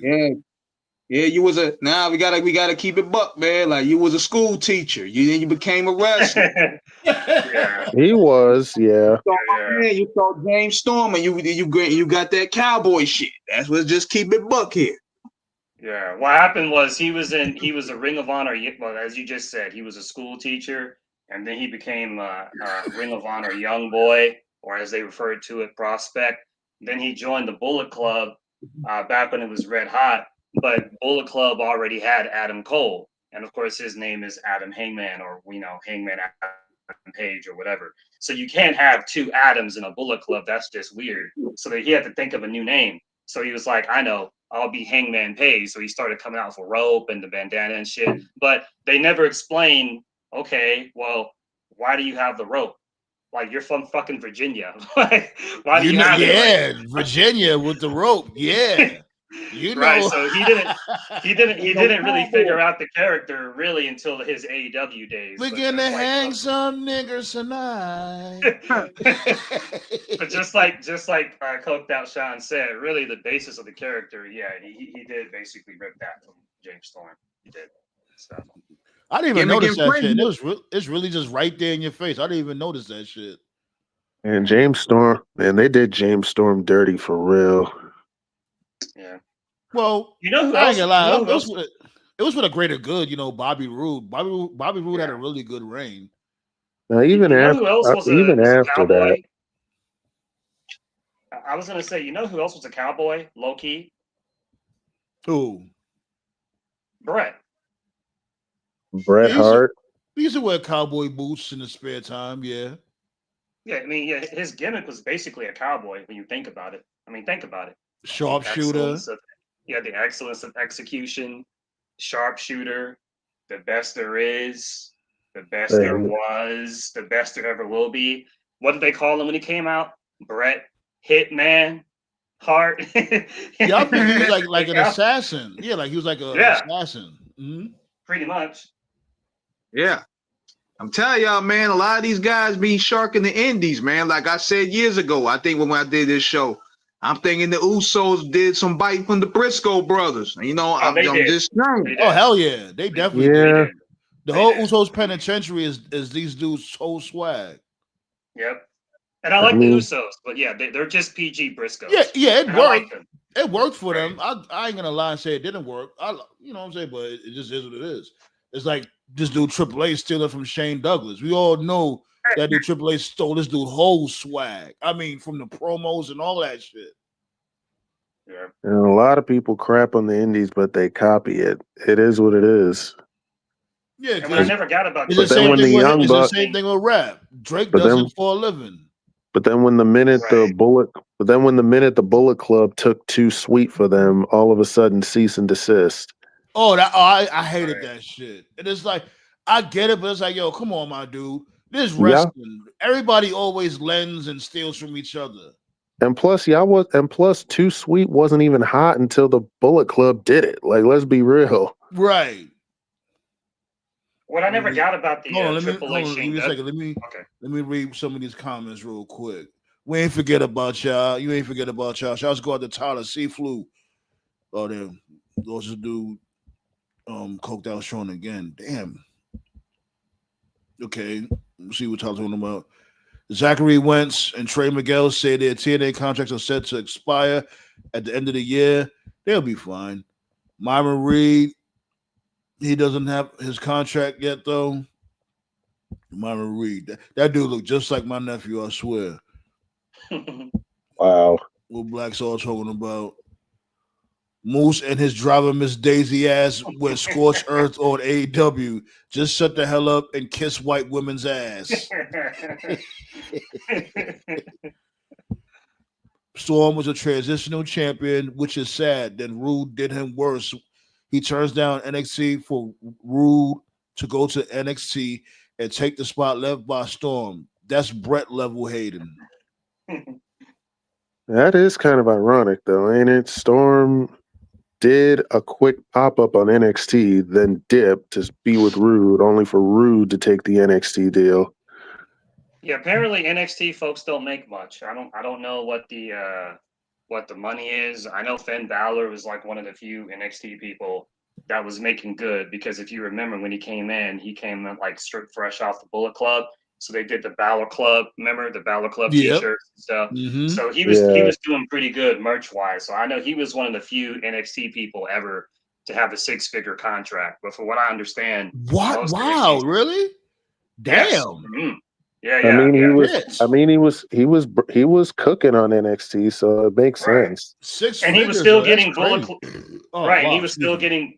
Yeah, he was still getting Bullet Club royalties too. I mean, all Bullet Club and online, they still get royalties to this day. So Yeah, but from what I understand, most NXT wrestlers they don't get paid much at all. Wait, hold So on. They that's still why. get paid off of. I thought WWE put a cease to that. I thought they No, had No, to put. they WWE. put a WWE put a cease and desist on Too Sweet, not the Bullet Okay, Club. not the other Right, properties and shit. Okay. right, Yeah, right. But from what I understand, NXT wrestlers they don't get paid much. It's very low. You Yeah, know. you see, a So lot of them had quit. A few of them had quit. It was like yeah. it's because you getting hurt in the ring. I don't think they cover the medical, so you they do gotta. cover the medical, Oh, okay. Oh, I but didn't know that There's that. some yeah, there's some Rich confusion. Holland said Right. himself that they cover it. So I bet he knows. I Yeah. mean, Well, speaking of him, when he got moved to NXT, he went from making main roster money to NXT money. So for any clarity out there, whenever a main roster person, we're not talking about making an appearance, but if a main roster person, if they get moved to NXT and they're going to be there for a period of time, like 2, 3, 4 months, they don't make main roster money on NXT. They make NXT money. So My dude went from filet mignon to steakums. yeah. Technically barely that because he always got hurt. And always hurting somebody else. I think he injured like 4 people. The dude is Shit. dangerous. Well, that's Yeah. not totally his fault. That's their fault too. Well, Yeah, because big. they keep him employed. Well, no, like it's not totally his fault because for guys like that who are still green, it's so weird because it's like that's what NXT is for. You're supposed to keep green people down there so they can get better. But Right. then they call them up too quick. And it's like most of the time they call them up too quick because, they got a good look or someone higher up just is like, oh yeah, I see potential in this guy. And it's like, dude, fucking keep him in it. Like you're paying for this shit, right? Like if like you're paying this guy's contract, right? If this guy is signed to your contract, that's an investment. So if this guy is an investment of my own fucking money, I'm gonna make sure I get everything out of the investment. So keep him in developmental as long as possible. And they don't do that, Like what's her name? The I just chick don't that had see the the appeal. I just don't see the appeal in him. Like, why keep him? What? Like he got the look. I give him that. Pause. He does yeah. look like he could be a threat in the mid card, but that's it. Like, because I've Mm. seen a few of his matches. I don't see nothing. He's very basic. Well, it's not just him. Like he's just sort of like a poster child. Like if you remember when they called up Nia Jax back then, and we'll give Nia flowers, she's a lot better now. But when they Yeah. called her up back then, if you remember, she wasn't ready either. When they called up Baron Corbin, he wasn't ready. Right. That whole crop of people that got caught up, and it's like, why do you have developmental, and then you call them up so quickly? Like it's like this sort of ass backwards booking. And Yeah, then that's when a you that's consider a sink or swim shit that Vince do. The sink or swim analogy. right. And then what's not helping, and we don't talk about it enough, I think you mentioned it before I joined, is that they're taking away more live events. And the Yeah. live events, like these green people, they need those live events because it's like they can perform no pressure. It's not on TV. It's still important storyline, no important match. That's where they get their reps in to improve. But with less live events, people like Ridge Holland, how are they supposed to improve? How are they Right. supposed to get better? And so that's kind of like, I don't know. I don't think they're thinking about that when they get rid of these live events. I think they're just thinking about, oh, it's a more humane schedule. Okay, it may be more humane, but how are these people who are not as good are supposed to level up and get good? It's Oh, like good they enough. got. It's like they only got main event and what's the other shit? Speed. That's Yeah, probably it. And it's like how that's much it. matches they have on both shows? It's like three, 4 a piece. No, Right, Speed is no longer a show. They just merged that with NXT now. But yeah, right. Oh, I didn't even know That's that. right. yeah, That's why there is. they announced it today that both Speed titles will be defended on NXT now. Oh, Yeah. That's why, like back in the Attitude Era and even the Ruthless Aggression era, back then there was less dead weight because they had so many like C and even D shows. For people just really low in the card to get the reps in. That's why you had shows like Heat, Velocity, Shotgun Saturday Night, Superstars, because not everybody was ready to be on Raw or SmackDown. You know, they need to be on those lesser tier things to get ready.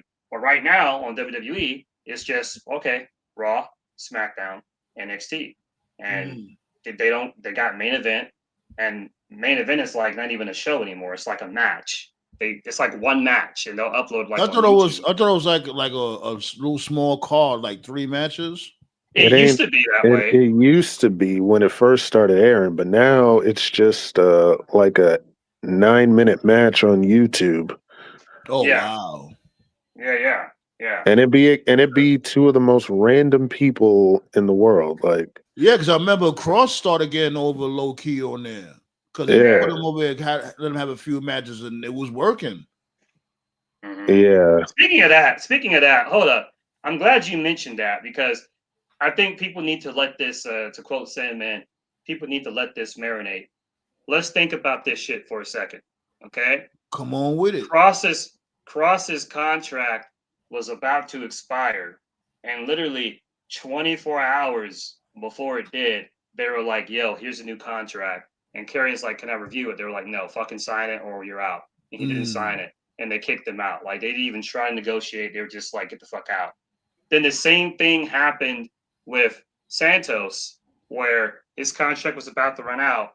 It did, in fact, run out, and he was, in fact, a free agent for a couple of hours until somebody got on the phone with him, renegotiated, and said, "You know what? Let's make something happen here." So it's like, wow, you're willing to renegotiate with Santos, but you're not willing to renegotiate with Cross. I think that right there shows you.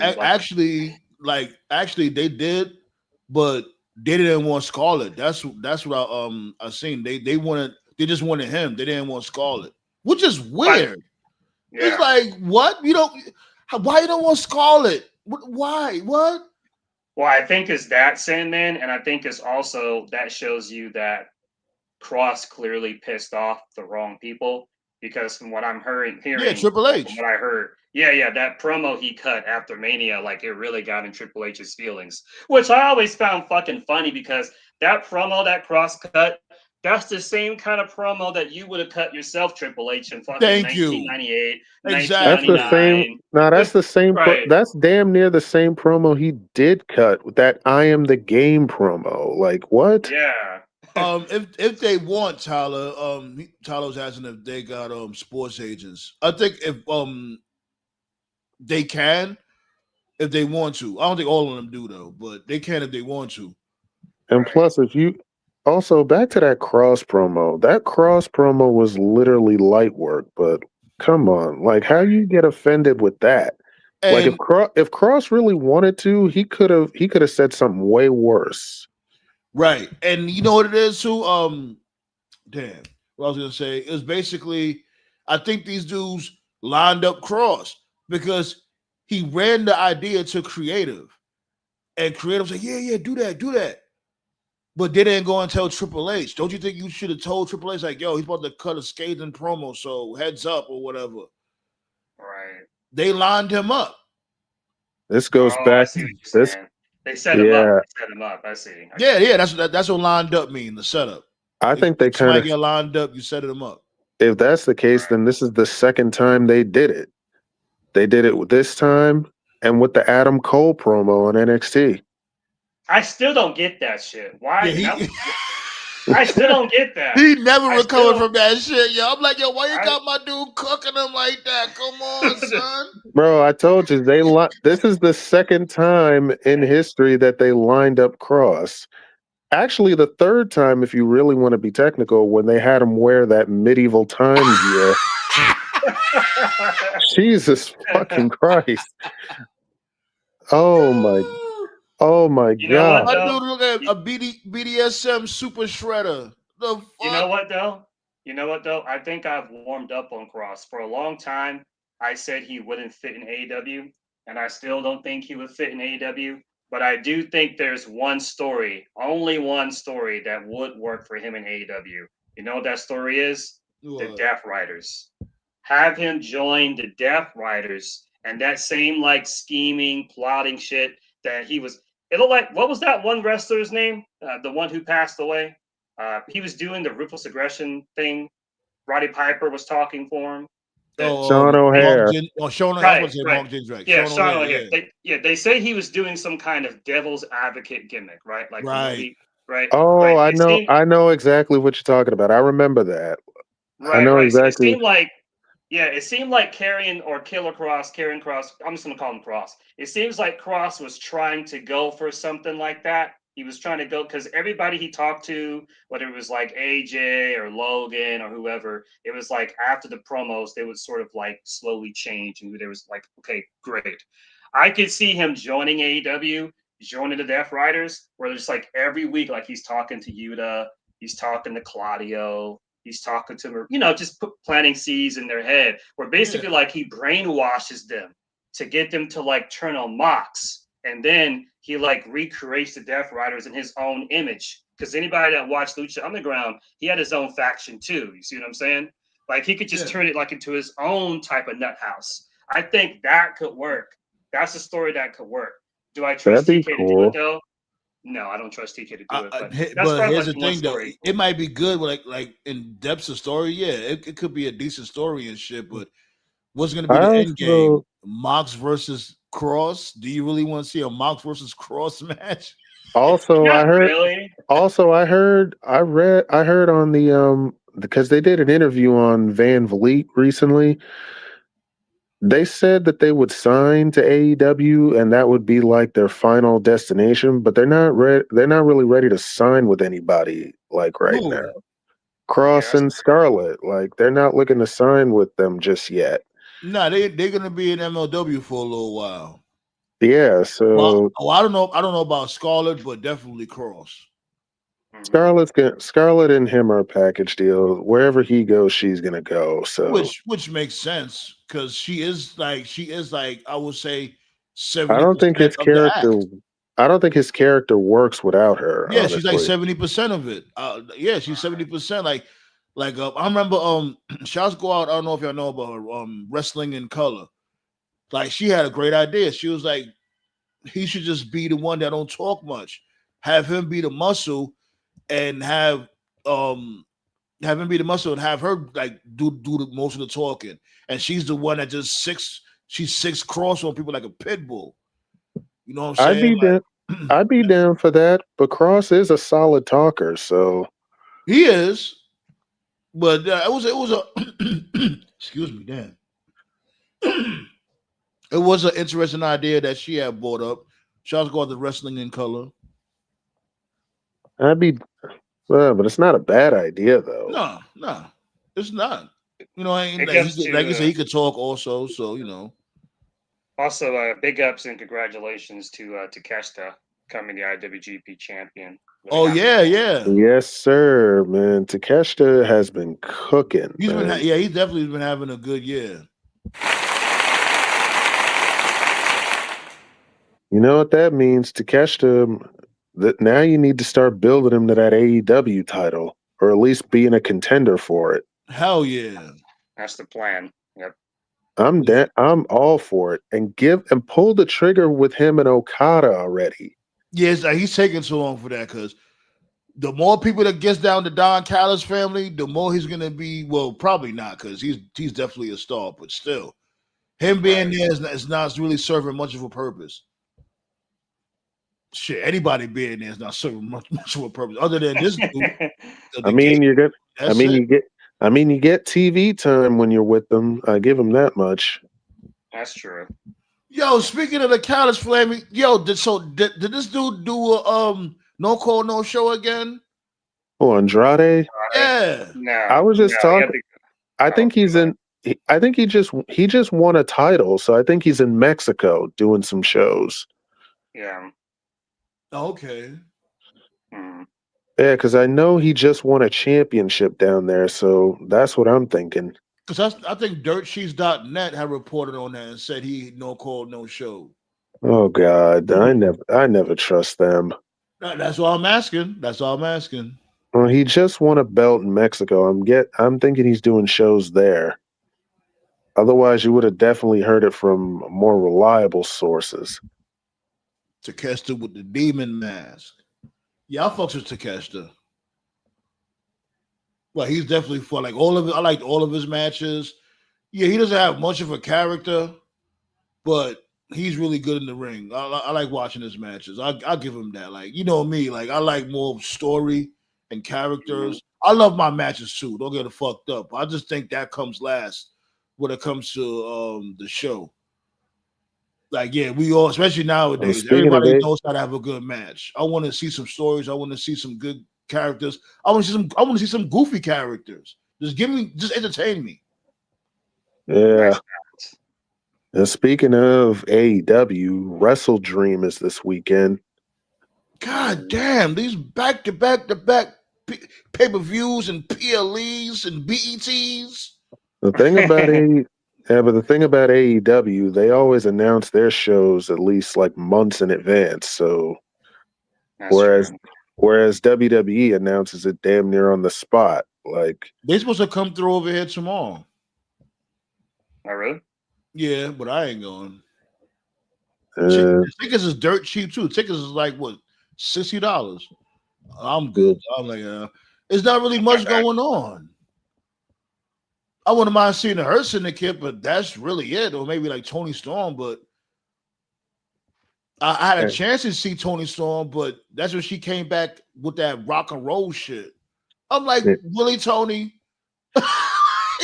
and then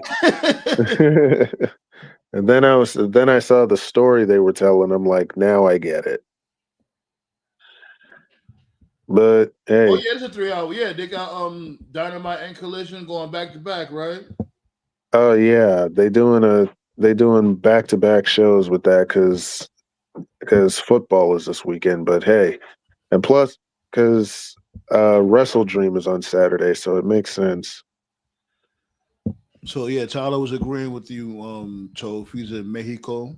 This dude Andre, Ah, he called him Andre. Okay. it What's makes good, sense. Anubis? Yeah, baby. We're talking about the sinister minister tonight, Oh, aka James. Father James Mitchell.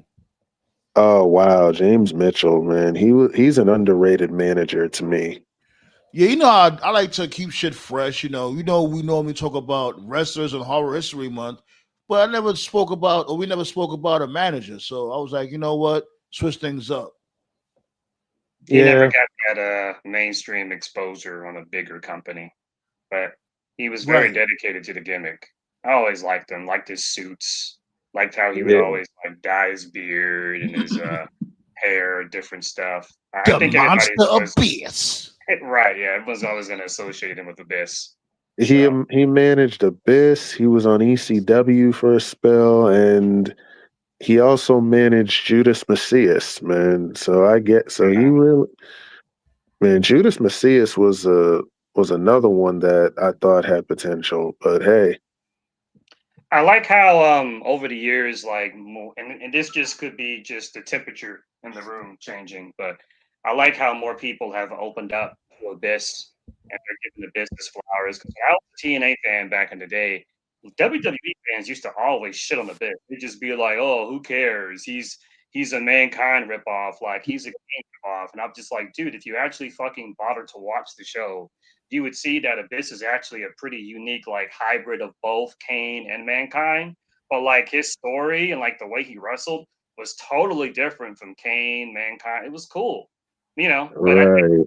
I ain't gonna lie. I used to talk shit about a bum too. I used to call him a bum because he used to Oh, do the most stupidest shit. I'm like, really, Abyss? Especially when he was with Hogan. I'm like, oh god, here come this well, yeah, well, idiot. Hogan fucked everybody up. That's Hogan. right, right, like what Now are we doing? you got the power of immortal in this ring, brother. I'm like, Hogan what? only did one good thing. He only did one good thing, but he failed to see that Matt Morgan fucking sucked. That time when Hogan literally got the Thunder Lips cape that he wore in Rocky 3 and he gave it to Matt Morgan. No, that And was Matt actually Morgan pretty actually cool. I like that moment right. too. Yeah, and Morgan actually looked good in it. Pause. But Yeah. Morgan sucked. Like he wasn't that Right, like he was guy.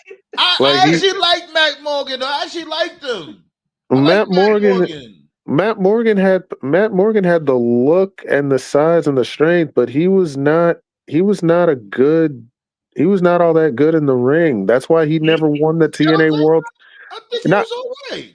now he was decent, but he was never going to be a world champion. Like, They just kept trying. It was so annoying. They kept trying. It's like it's Well, not of gonna course, work. like at that time, he definitely was going to be no TNA champ because look who's at the top of the card at that time. Hell no. Right. all right, He had a good look. He was tall and he had a really cool finish. He was basically TNA's Baron Corbin. That was basically what he was. Does he but his do bet, the but Nightmare Pendulum? That was his move, right? The Nightmare Yeah, Pendulum. Yep. he used to yeah, call it the elevator. That's The what he used to call elevator. it. Yeah. Yeah. hmm it's crazy though. He was never going to be a world champion though. He had a solid match with Kurt Angle. I'll give him that much, but still, outside of Well, there you that, go. You just said it yourself. Right. He had a That solid dude Kurt match with Angle can have Kurt a Angle. decent match with a mop. I mean, Right. if you can't get a decent match out of Kurt Angle when you're in the ring with Kurt Angle, then Jesus. Okay, so we got breaking news from this new Black Star. He said, according to Bleacher Report, Seth Rollins, he got to repair his torn. So it's for real, it's legit. He tore his rotator cuff. If Bleacher that's Report be accurate at times. if it's a torn rotator cuff, then he's definitely forfeiting the title. Yeah, Yeah. Well, since but that's WrestleMania some is in, bullshit because it's like, what does CM Punk do? He's a number He, one contender. he he's faces gonna Braun Breaker. That's it. exactly. They don't need to do too much. Don't make it complicated. Yeah, Punk's the number one. please don't make it complicated Do for Triple H. don't, He's struggling as is. bro. Punk This is won the the same. match. Punk, This is the Punk, same situation as Stephanie Vaquer. Don't make it complicated, bro. Punk won the match. They laid out Punk and everybody else. Breaker turned on Seth, walked up to Bronson, said, "You're with me or you're not."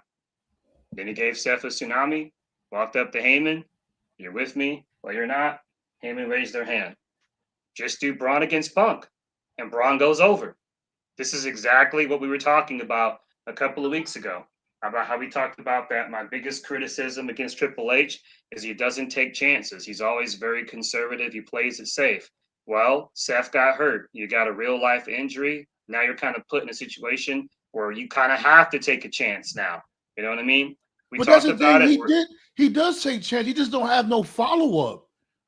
Right. He And this does could take be the one of those risk. moments. This could be another moment with no follow up, because we've seen this a lot this year, a lot of Right. moments with no follow up. The way I see it is this, man. You're going to do Braun Breaker against Punk.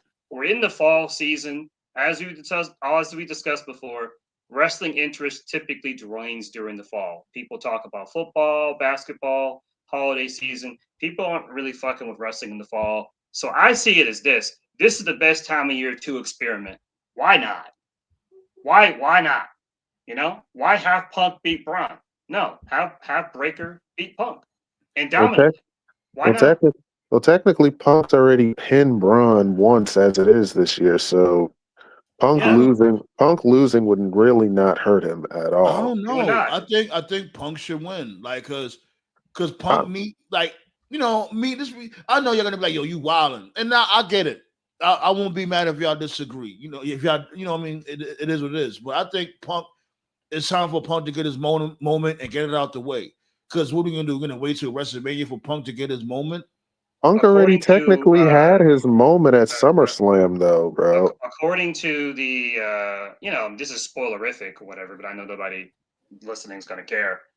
Elimination Chamber is going to be in Chicago next year, so it sounds to me like they were building to Punk most likely winning the Chamber and probably getting his title moment at Mania next year. But that was obviously before Seth, tore his But rotator like, cuff. who's gonna wait that long? That's what I'm saying. Like, Well, see, that's just pull the trigger now. Well, see, to me, that's the beauty of this, and I'm sorry that Seth is hurt, but the beauty of this is like the Punk and Seth feud had already played itself out anyway. So I was like, how are they going to delay this for like 7 more months till Mania? Right. Well, now that Seth is out the picture, you don't got to delay it anymore. It's over because it's not going to happen at all. So now I just see this as a complete reset. I think you should give the title. I think they should just give the title to Braun, and then from that point on, once Braun's the champion, have the Rumble as a reset where Everyone else is just trying to, fight to see who's going to be the guy to, take the title off of Braun. But anyway, this was a shakeup they needed. The vision fucking sucked. I'm sorry. It was an awful. I totally agree, sir. It sucked. So, you Man, don't have to apologize. look, man, I already said it in the chat many times. Braun Breaker and Bronson Reed were dominant on their own without Seth. I mean, how the hell you beat Roman Reigns, you beat up Punk, you beat up the Usos, you beat up LA Knight all by yourselves without Seth. right. Here go the elephant in the room, though. What about Becky Lynch? I don't know. Like, I don't know. I don't know where she stands in all this. She'll probably support Seth and maybe she'll just be phased out and do her own thing, I guess. Another reason this is good, and again, I never wish injury on anybody, but another reason this is good, there was reports, like, I don't know if you saw, I think it's our first time talking about this. There were reports going out about a week ago, 2 weeks ago, that they were going to bring back Austin Theory and make him join Division. They still talking about it. They're still talking about it now. It's still a rumor. Right.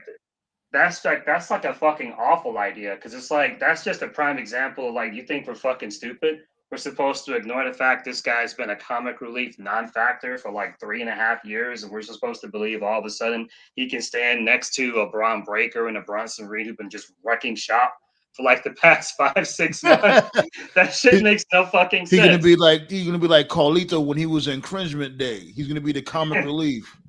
It's also match wise, it doesn't make sense because you had Austin Theory beat Seth like twice for the U.S. title. So, like, how does that work? Yeah, he did. Yes, yeah. Austin Theory pinned Seth Rollins twice to win the United States title. Like, really, I forgot about that. He did that, and that led to his match with Cena at Mania. Yep. Wow, damn! How the fuck I don't remember that? Because Vince, that's why. Exactly. Like, because I know he had the U.S. belt. I remember him having the belt, but I forgot who he pinned for it. Yeah, he pinned Rollins because he was in a few. It was Theory, it was Rollins, and it was Bobby Lashley at the time. They were all in a feud for the belt, and Theory just won it off of Seth that night. Yeah, Nubis, the unholy alliance be Mikey Whipwreck and was it Toshihiro Tajiri? Whatever his fucking name is. Speaking of Japanese motherfuckers, is it true about this dude, Kota Ibushi? He's hurt. Yeah, he has a broken femur. Yeah, he's out for 2 years. Yeah, that shit takes a while, man. Holy cow! Yeah, I watched the match with the reports that went out because Collision was taped last week, and there were reports that went out that that a horrific injury occurred, and so we were all kind of curious to see, okay, is it going to be edited out or whatever? So they showed the video in full. I mean, I saw it. I mean, it looked like Josh Alexander just slipped off the top, and Ibushi just slipped out of his hands. Like, oh wow, they were having a good match. Everything was normal. They were at Daly's place, and like TKO said, there was a spot where Alexander was like on the top, and Ibushi was on top of him. It looked like he may have been going for like a fall-away slam or something. But like TKO said, he lost his balance. And then Ibushi like fell backwards off of the ring right into the guardrail. It was just a complete freak accident. I sent a voice clip earlier in our private chat. Ibushi did do a statement on his social media, and he's very conflicted. And I kind of feel sorry for him because he said he's been getting back into better shape, which he has. He's been trying to get his body back into wrestling shape, which he has. But he says that he keeps suffering these just freak injuries. And so basically he was saying in so many words that perhaps this is the wrestling gods telling him enough's enough, which I can totally get. You keep getting all these random freak injuries. I would think that too. But then at the same time, he doesn't want to end his after everything he's done in wrestling. Yeah. He doesn't want his last match to just be just a random match on Collision. So I get that aspect of it too. So if I were him, he's gonna have a long time to think about it. 2 years. He better You got more than enough do time. a lot. Ibushi better do a lot of soul searching with this time, man. That's all I gotta say. That does suck because I do remember him just coming back just last year, right? Just came back. Yeah. It's unfortunate, but if there's some good news and there's never a good news out of it, it gives Alexander something. They can turn him into a monster. That he can come out and say that he took out Kota Ibushi, the Golden Star. Yeah, I don't know. Lord knows he needs something. Callis mentioned that in his promo. I mean, he's already like the hitman of the Callis family anyway. But I'm just simply saying, why not? Turn it into something. Remember Owen 316? I just broke your neck. Right. Yeah. Or this shit with this dude. What's my dude name again? Damn. From Ohio over everything. What's that shit again? What's my dude name again? Sammy Callahan. Yeah, when Callahan turned him busting his dude upside his head, turned that into a shoot or a work, I should say. Yeah. I would give Josh like a Ken Shamrock gimmick. Have Don Callis say that. Yeah, well, actually, you know what? That's Swerve's thing. Maybe that could be that could be a good feud right there. You could have like Callis refer to Alexander as the most dangerous man in AEW, and then because that's what Swerve calls himself, the most dangerous man in AEW. Yeah, so you can. So that's your story. To do. Right, TK, fucking pay us. Right, and he should be Swerve. Right, there you go. TK, there's your setup right there. Fucking give Alexander a couple of people to kill, make him dominant, have Callis refer to him as the most dangerous man in AEW, and then you have Swerve come out, be like, nah, bro, there's only one dangerous man in AEW, and it's me. You build that up. I don't know when this match. I love the fact that you said let him knock off some opponents first. I love that you said that. Build it. Take your time. Right. Right. I'm down for that. I'm all down for that. You know what I'm saying? And when he locks motherfuckers in the ankle lock, because he does an ankle lock too. When he does that shit, let him really snap like Ken Shamrock. Right. Like you have a whole bunch of officials and referees and all that trying to break apart the ankle lock, but he doesn't want to do it. He's like a pit bull on that ankle. Mm-hmm. That's how he can make him. Right, that's how he can make himself stand out in the Callis family because there's so many guys. Like, okay, what can he do? Just make him go crazy. Just like Sammy said, like he would just go crazy. And I remember that too. I remember that very vividly. And Shamrock didn't even do much. Like when he would snap, he would just hit like the safest belly to bellies you've ever seen on referees. But the fans ate it up. They ate it up. I remember that match to this day where he fought The Rock at Mania. He had him in the ankle lock and the Rock tapped out, but he wouldn't let go. So they reversed the decision and the fans booed.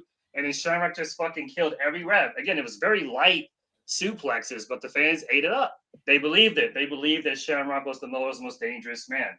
So yeah, you could definitely do it. This could work. And it will give Alexander something. Swerve will take. He won't get hurt if he takes one loss to Josh. He can take one loss. It's not going to hurt Swerve. All right.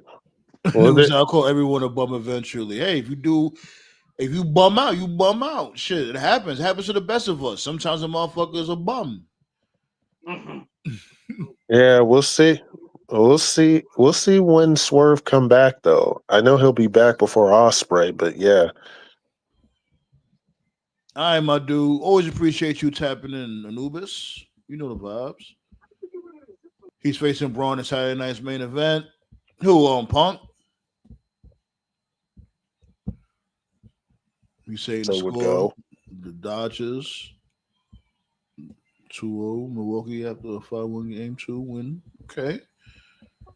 They got the Dynamite card for tomorrow. So, all right. When I'm finished with the chat, then you could lay down the card. Sorry, I'm gonna need Chad Gable to return and win the Rumble and the title.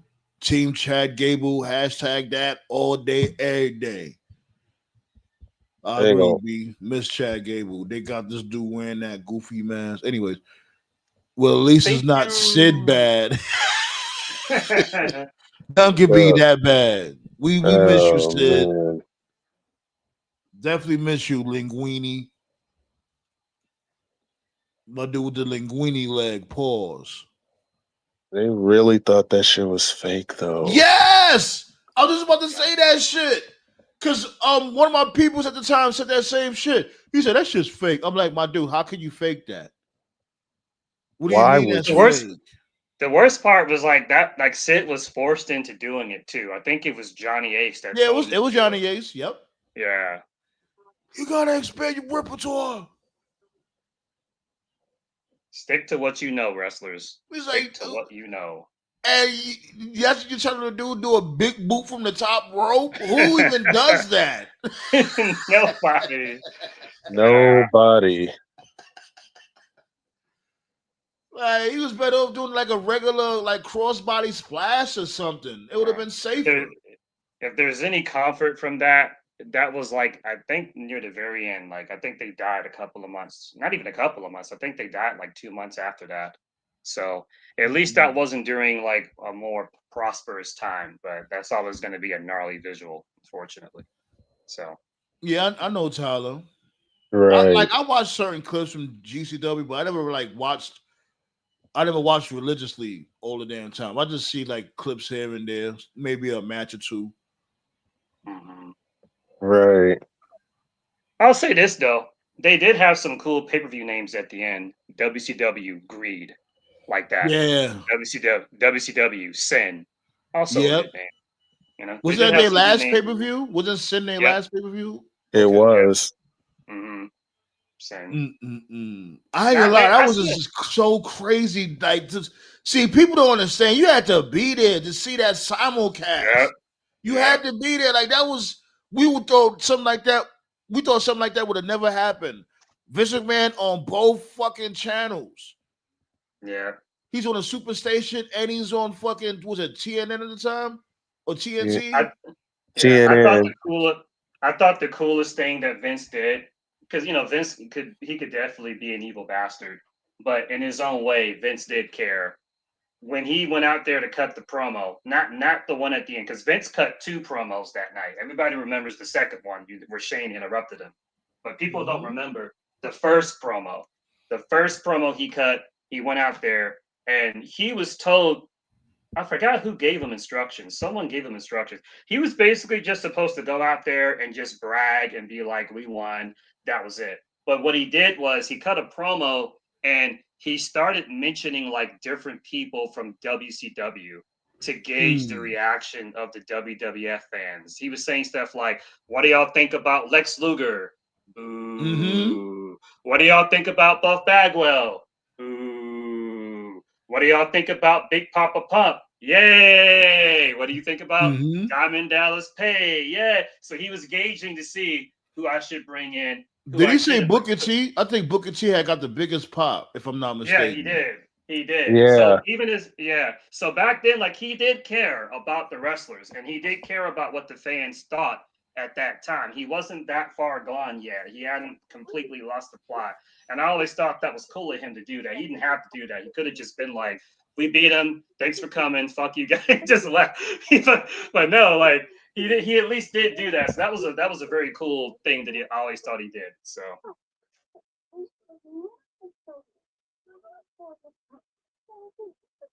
Man, oh man.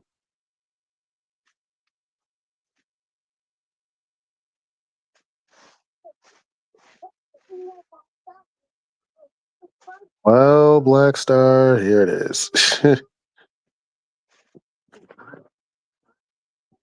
oh wait, Tyler has a comment. Did you saw Darby Allen says AEW atmosphere improved after cancer removal? Yes. So we have to elaborate on that. What's that dude's name? The one I don't like. The interviewer, not Chris Van Vliet, the other guy. He usually is pro WWE most of the Oh, time. Ariel Hawani.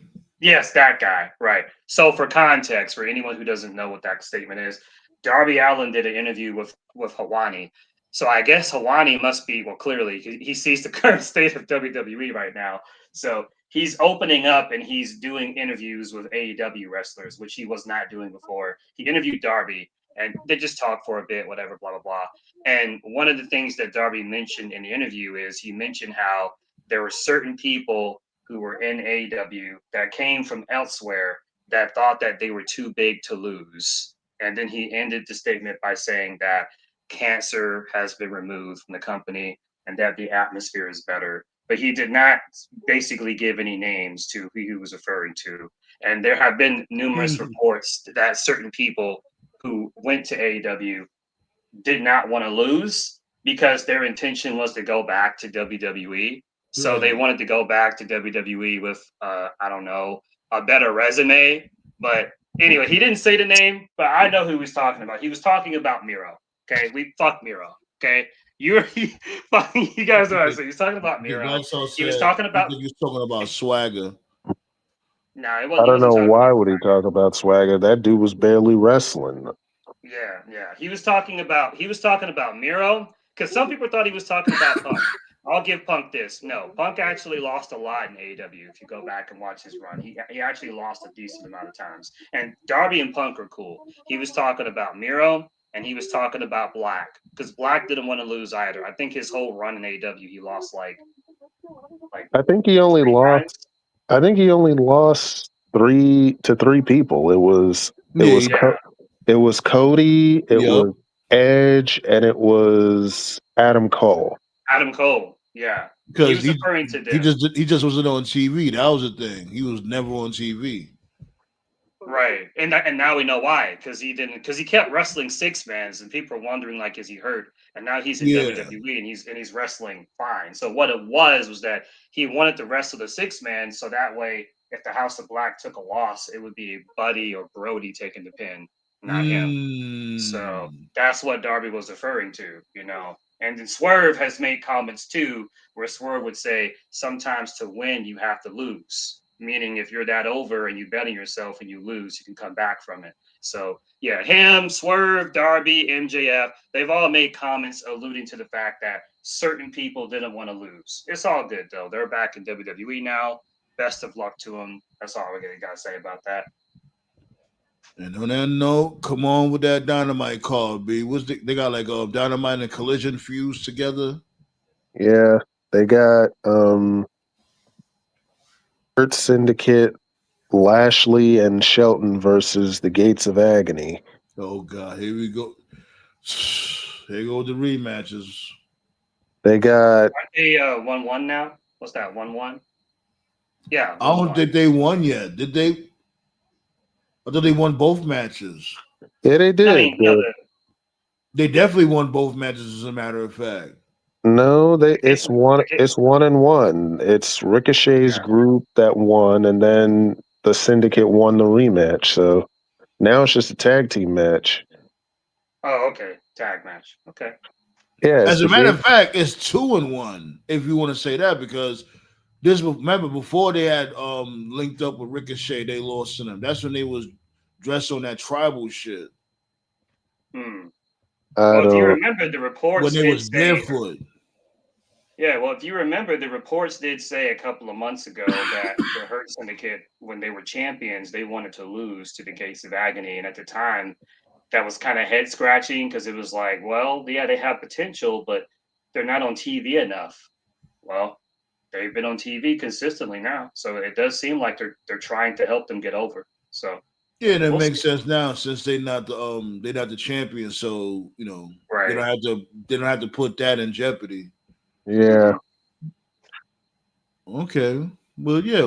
What else we got going on? We got Wheeler Yuta, Daniel Garcia versus Orange Cassidy and Kyle O'Reilly. So, what's the name again? The Conglomerate? Yeah. The Conglomeration. The Conglomeration, yeah. Yeah. We got Chris Statlander and Tony Storm in a face-off. We got Jamie Hayter versus Sky Blue. We got Claudio. Wait, hold on. So is Sky Blue And she still, they still got that stable going on with her and what's the other two ladies' names? Yes, Tekla and Julia Yeah, it's Hart. Julia Hart. Yeah, Yeah. Because they're doing the female Blood and Guts in November. So was it a Triangle of Madness? Some bullshit like yeah. that. Yeah. Okay, go ahead. It's, Yeah, it's it's very it's very 90s. I like Yeah. yeah, like they look cool together, and plus they Yeah. got Yeah, plus they do look good together. They do look a good a nice stable and shit. Yeah. plus they just brought in women's tag titles, so they're gonna need teams. They got Yeah. This is enough. gonna be like They got I'm enough sorry. women. They got enough women to have teams, so it works. Yeah, I was just gonna say this is gonna be like too descriptive. The whole Triangle of Madness thing, just something about them. It just gives me like a 1997, 1998 like horror trailer vibe that you see like on VHS tape. You Right. know? You 3 horror movies for like $10. Yeah, they just got that look down. I like it. Right, I have a soft exactly. spot. Yeah. Yeah, What's man. next? They got Claudio versus Roderick Strong. Well, Roddy lost. Right. And this dude needed to win. Like, how much time this dude Claudio done lost now? It's time for him to start racking up some wins. It should be a fun match though. I think this isn't that like they first time going up I against each other. And I think AEW, yeah, in AEW, yeah, Oh yeah, that they makes fought all. sense. Yeah, they fought all the time in Ring of Honor. Yeah. yeah. Right. We Should got be a a good one. yeah. We got another face off between Mox and Darby. Their I Quit match is going to be damn near murder, but I don't. This dude I needs got to some. win. Darby got to stop losing. B. He I got climbed something Mount to say about Everest this. for motherfucker. Yo, this dude climbed Mount Everest. Stop losing. I I give got Darby something to say credit. about this.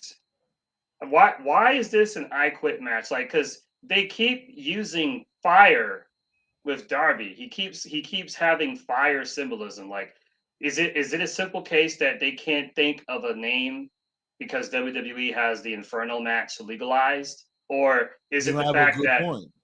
yeah, or is it the fact that in 2025 in the modern day that we live in, can you even do like an Inferno match? Because of like safety precautions and like Karen's getting triggered. You know what I mean? Like I don't know, but it just seems to me like if this feud was to happen like in the 2000s or the I 90s, this think. would I think. clearly be in a match.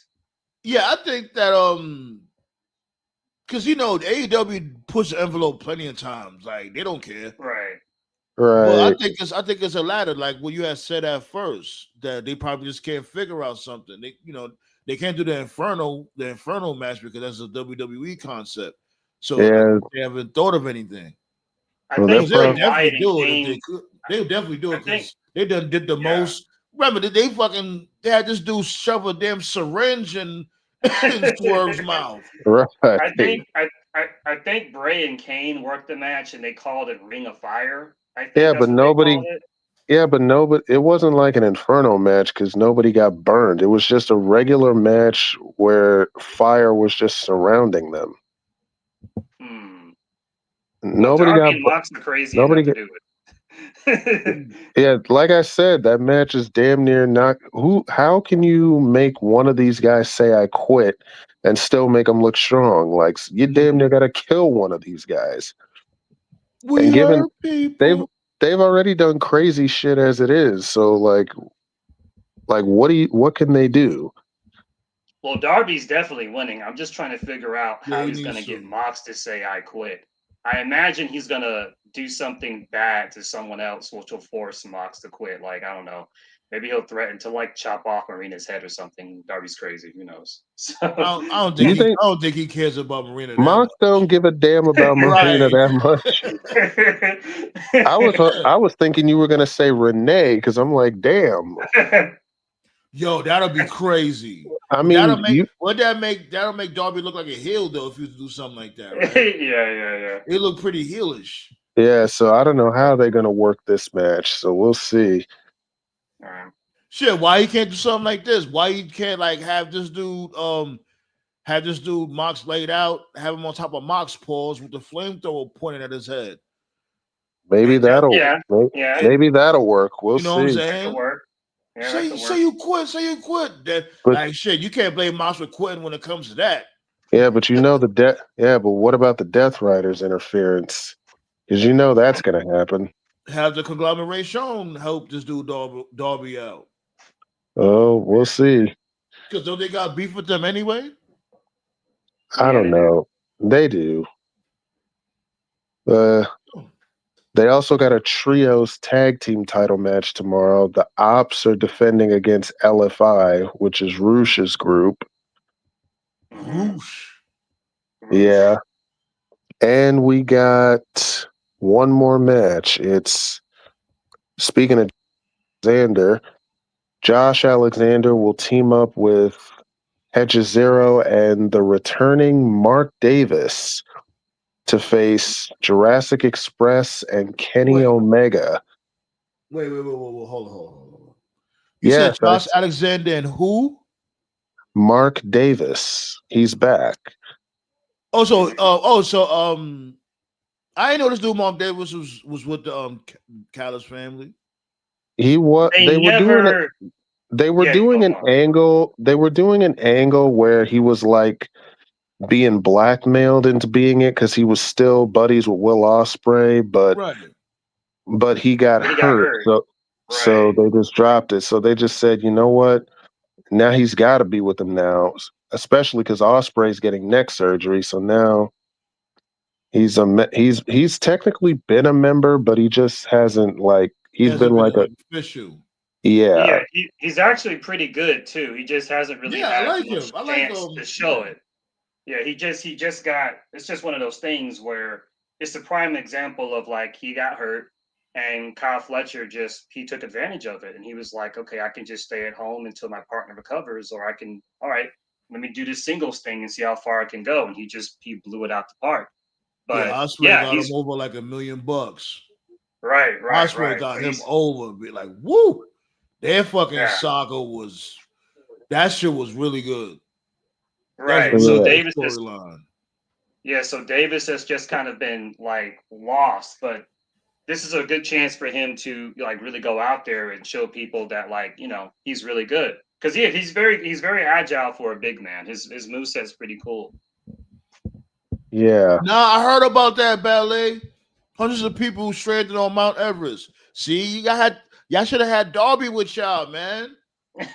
Oh gosh, man. You know what I'm saying? He would have showed y'all the way. My dude Darby went up there, did what's that shit? Not skateboarding. What's that? Snowboarding. Did some Yeah. snowboarding tricks on top of there. Like this dude, I'm like, yo, this dude is really fucking crazy, yo. I had to give him his respect. Yo. I had to give him his love, B. I'm like, yo, you know what? Darby got it. Yo. You crazier he's than Jeff like Hardy. yeah he's like Jeff, but he's not like Jeff. He's like Jeff in the sense that like he does crazy shit where it's like how is he alive? But he doesn't do drugs or drink, and it's like how? But he That's doesn't. That shit cap. I'm that's bullshit. Darby's I'm on telling you that shit is cap. I'm telling you, Darby Allin is a crackhead. Fuck that. Okay. He is a crackhead. I don't You give a smoke crack, fuck. don't you, boy? The fuck are we doing here? What other matches we got, yo? Because you running short on time. I think that was the main Uh event, right? I Yeah. yeah, the match is like I said, it's Hedges-Zero, Mark Davis, and Josh Alexander versus Jurassic Express and Kenny Omega. Right. Okay. And I think I said the trios titles is on the line. It's the Ops, Yeah. Shibata, Joe, Hobbs versus LFI, which is Rushinum. Yeah, Rouge, Sammy, and I think Drilistico, his brother. yeah. Yeah. Dralistico. And Hangman is going to be on commentary for that match. So yeah, Okay. I like Hechicero's nickname, the Submission Magician. I like that. That's pretty smooth. yeah, it is. Oh, Well, he's fine. I before we know get he's. up out of here, hold on, because we running low on time. I just wanted to mention this real quick before we get up out of here. I didn't know this dude Pope is back. Oh, where is he? Where's Pope? He's in NWA. Oh, for real? Okay. Oh All right, wow. I'll check it I'm out then. I'm I'll support like Pope. I'm like yo, like damn, did he at least try to go to NXT? I ain't gonna lie. I wouldn't mind seeing Pope in NXT. I think that'll be something interesting. Where would Yeah, he fit on NXT though? if he went there now, Anywhere. yeah. If he went there now, they would love to have him as a commentator, agent, Yeah, he could do coach, all that. He could be in the ring because trainee. he's in the ring in MLW. He had a Right. match with that Mims dude. Yeah. Yeah. Mims is great. He's one of the few prospects NWA has. I've been Yeah, watching him for a while. Mims is. Where's and JTG? JTG, he's somewhere in the Indies. I'm Okay. not sure like where he's at, where he's stationed at, but he's Hmm. normally in the Indies, going all over the place. He's a heavyweight champion somewhere too. I forgot the name of the promotion. All right. I'll sell the seas and see if I can find Pope. I'm always been a Yeah, fan of his work. he's I in didn't know. NWA. Okay. Okay, nice. But yeah, B, let's get up out here. I ain't gonna lie tomorrow. I ain't gonna hold y'all. Damn, excuse me. Let me get something to drink a little parched out. But yeah, Friday we're gonna pull up. You already know we got the bum out of the week. This Friday we're gonna talk more about this news, the wrestling news of the week. What other news come out, especially when it comes to Seth Rollins or what they got going on SmackDown. The SmackDown gonna get back up past because they about to go underneath 1 million real quick. You already see that happening. Let's hope that don't happen. They need to get their shit together. What these dudes, Family Matters got going on. You know who's gonna be Sami Zayn's next opponent, and then some. Also, predictions for Wrestle Dream. Oh yeah, can't That's forget fine. about that. Thank you, sir. Thank you. I appreciate y'all, B. Let's get up out of here, B. You Yes, sir. know what I'm saying? Another show in the books. You know what I'm saying? For everybody out there that wanna, hit up that tip jar and all that, you already know the vibes. It's right there below the screen. If you appreciate the grind. Also, I'm tired. Appreciate you, Blaze. Yeah, B. Oh yeah, keep them comments coming when it comes to the uploads. Make sure y'all do that, especially. Make sure you hit that thumbs up, wipe your feet before you step in the house. Always, I'm a body here, B. Don't be a twerp and sub if you haven't already. Peace out, motherfucker. Feel the explosion, burn from fire. I'ma lose it when I tell that nigga turn it up. Nobody in here have an empty cup. Better run and escape and go pray. I'm a human hand grenade all day. I'm a human hand grenade all day.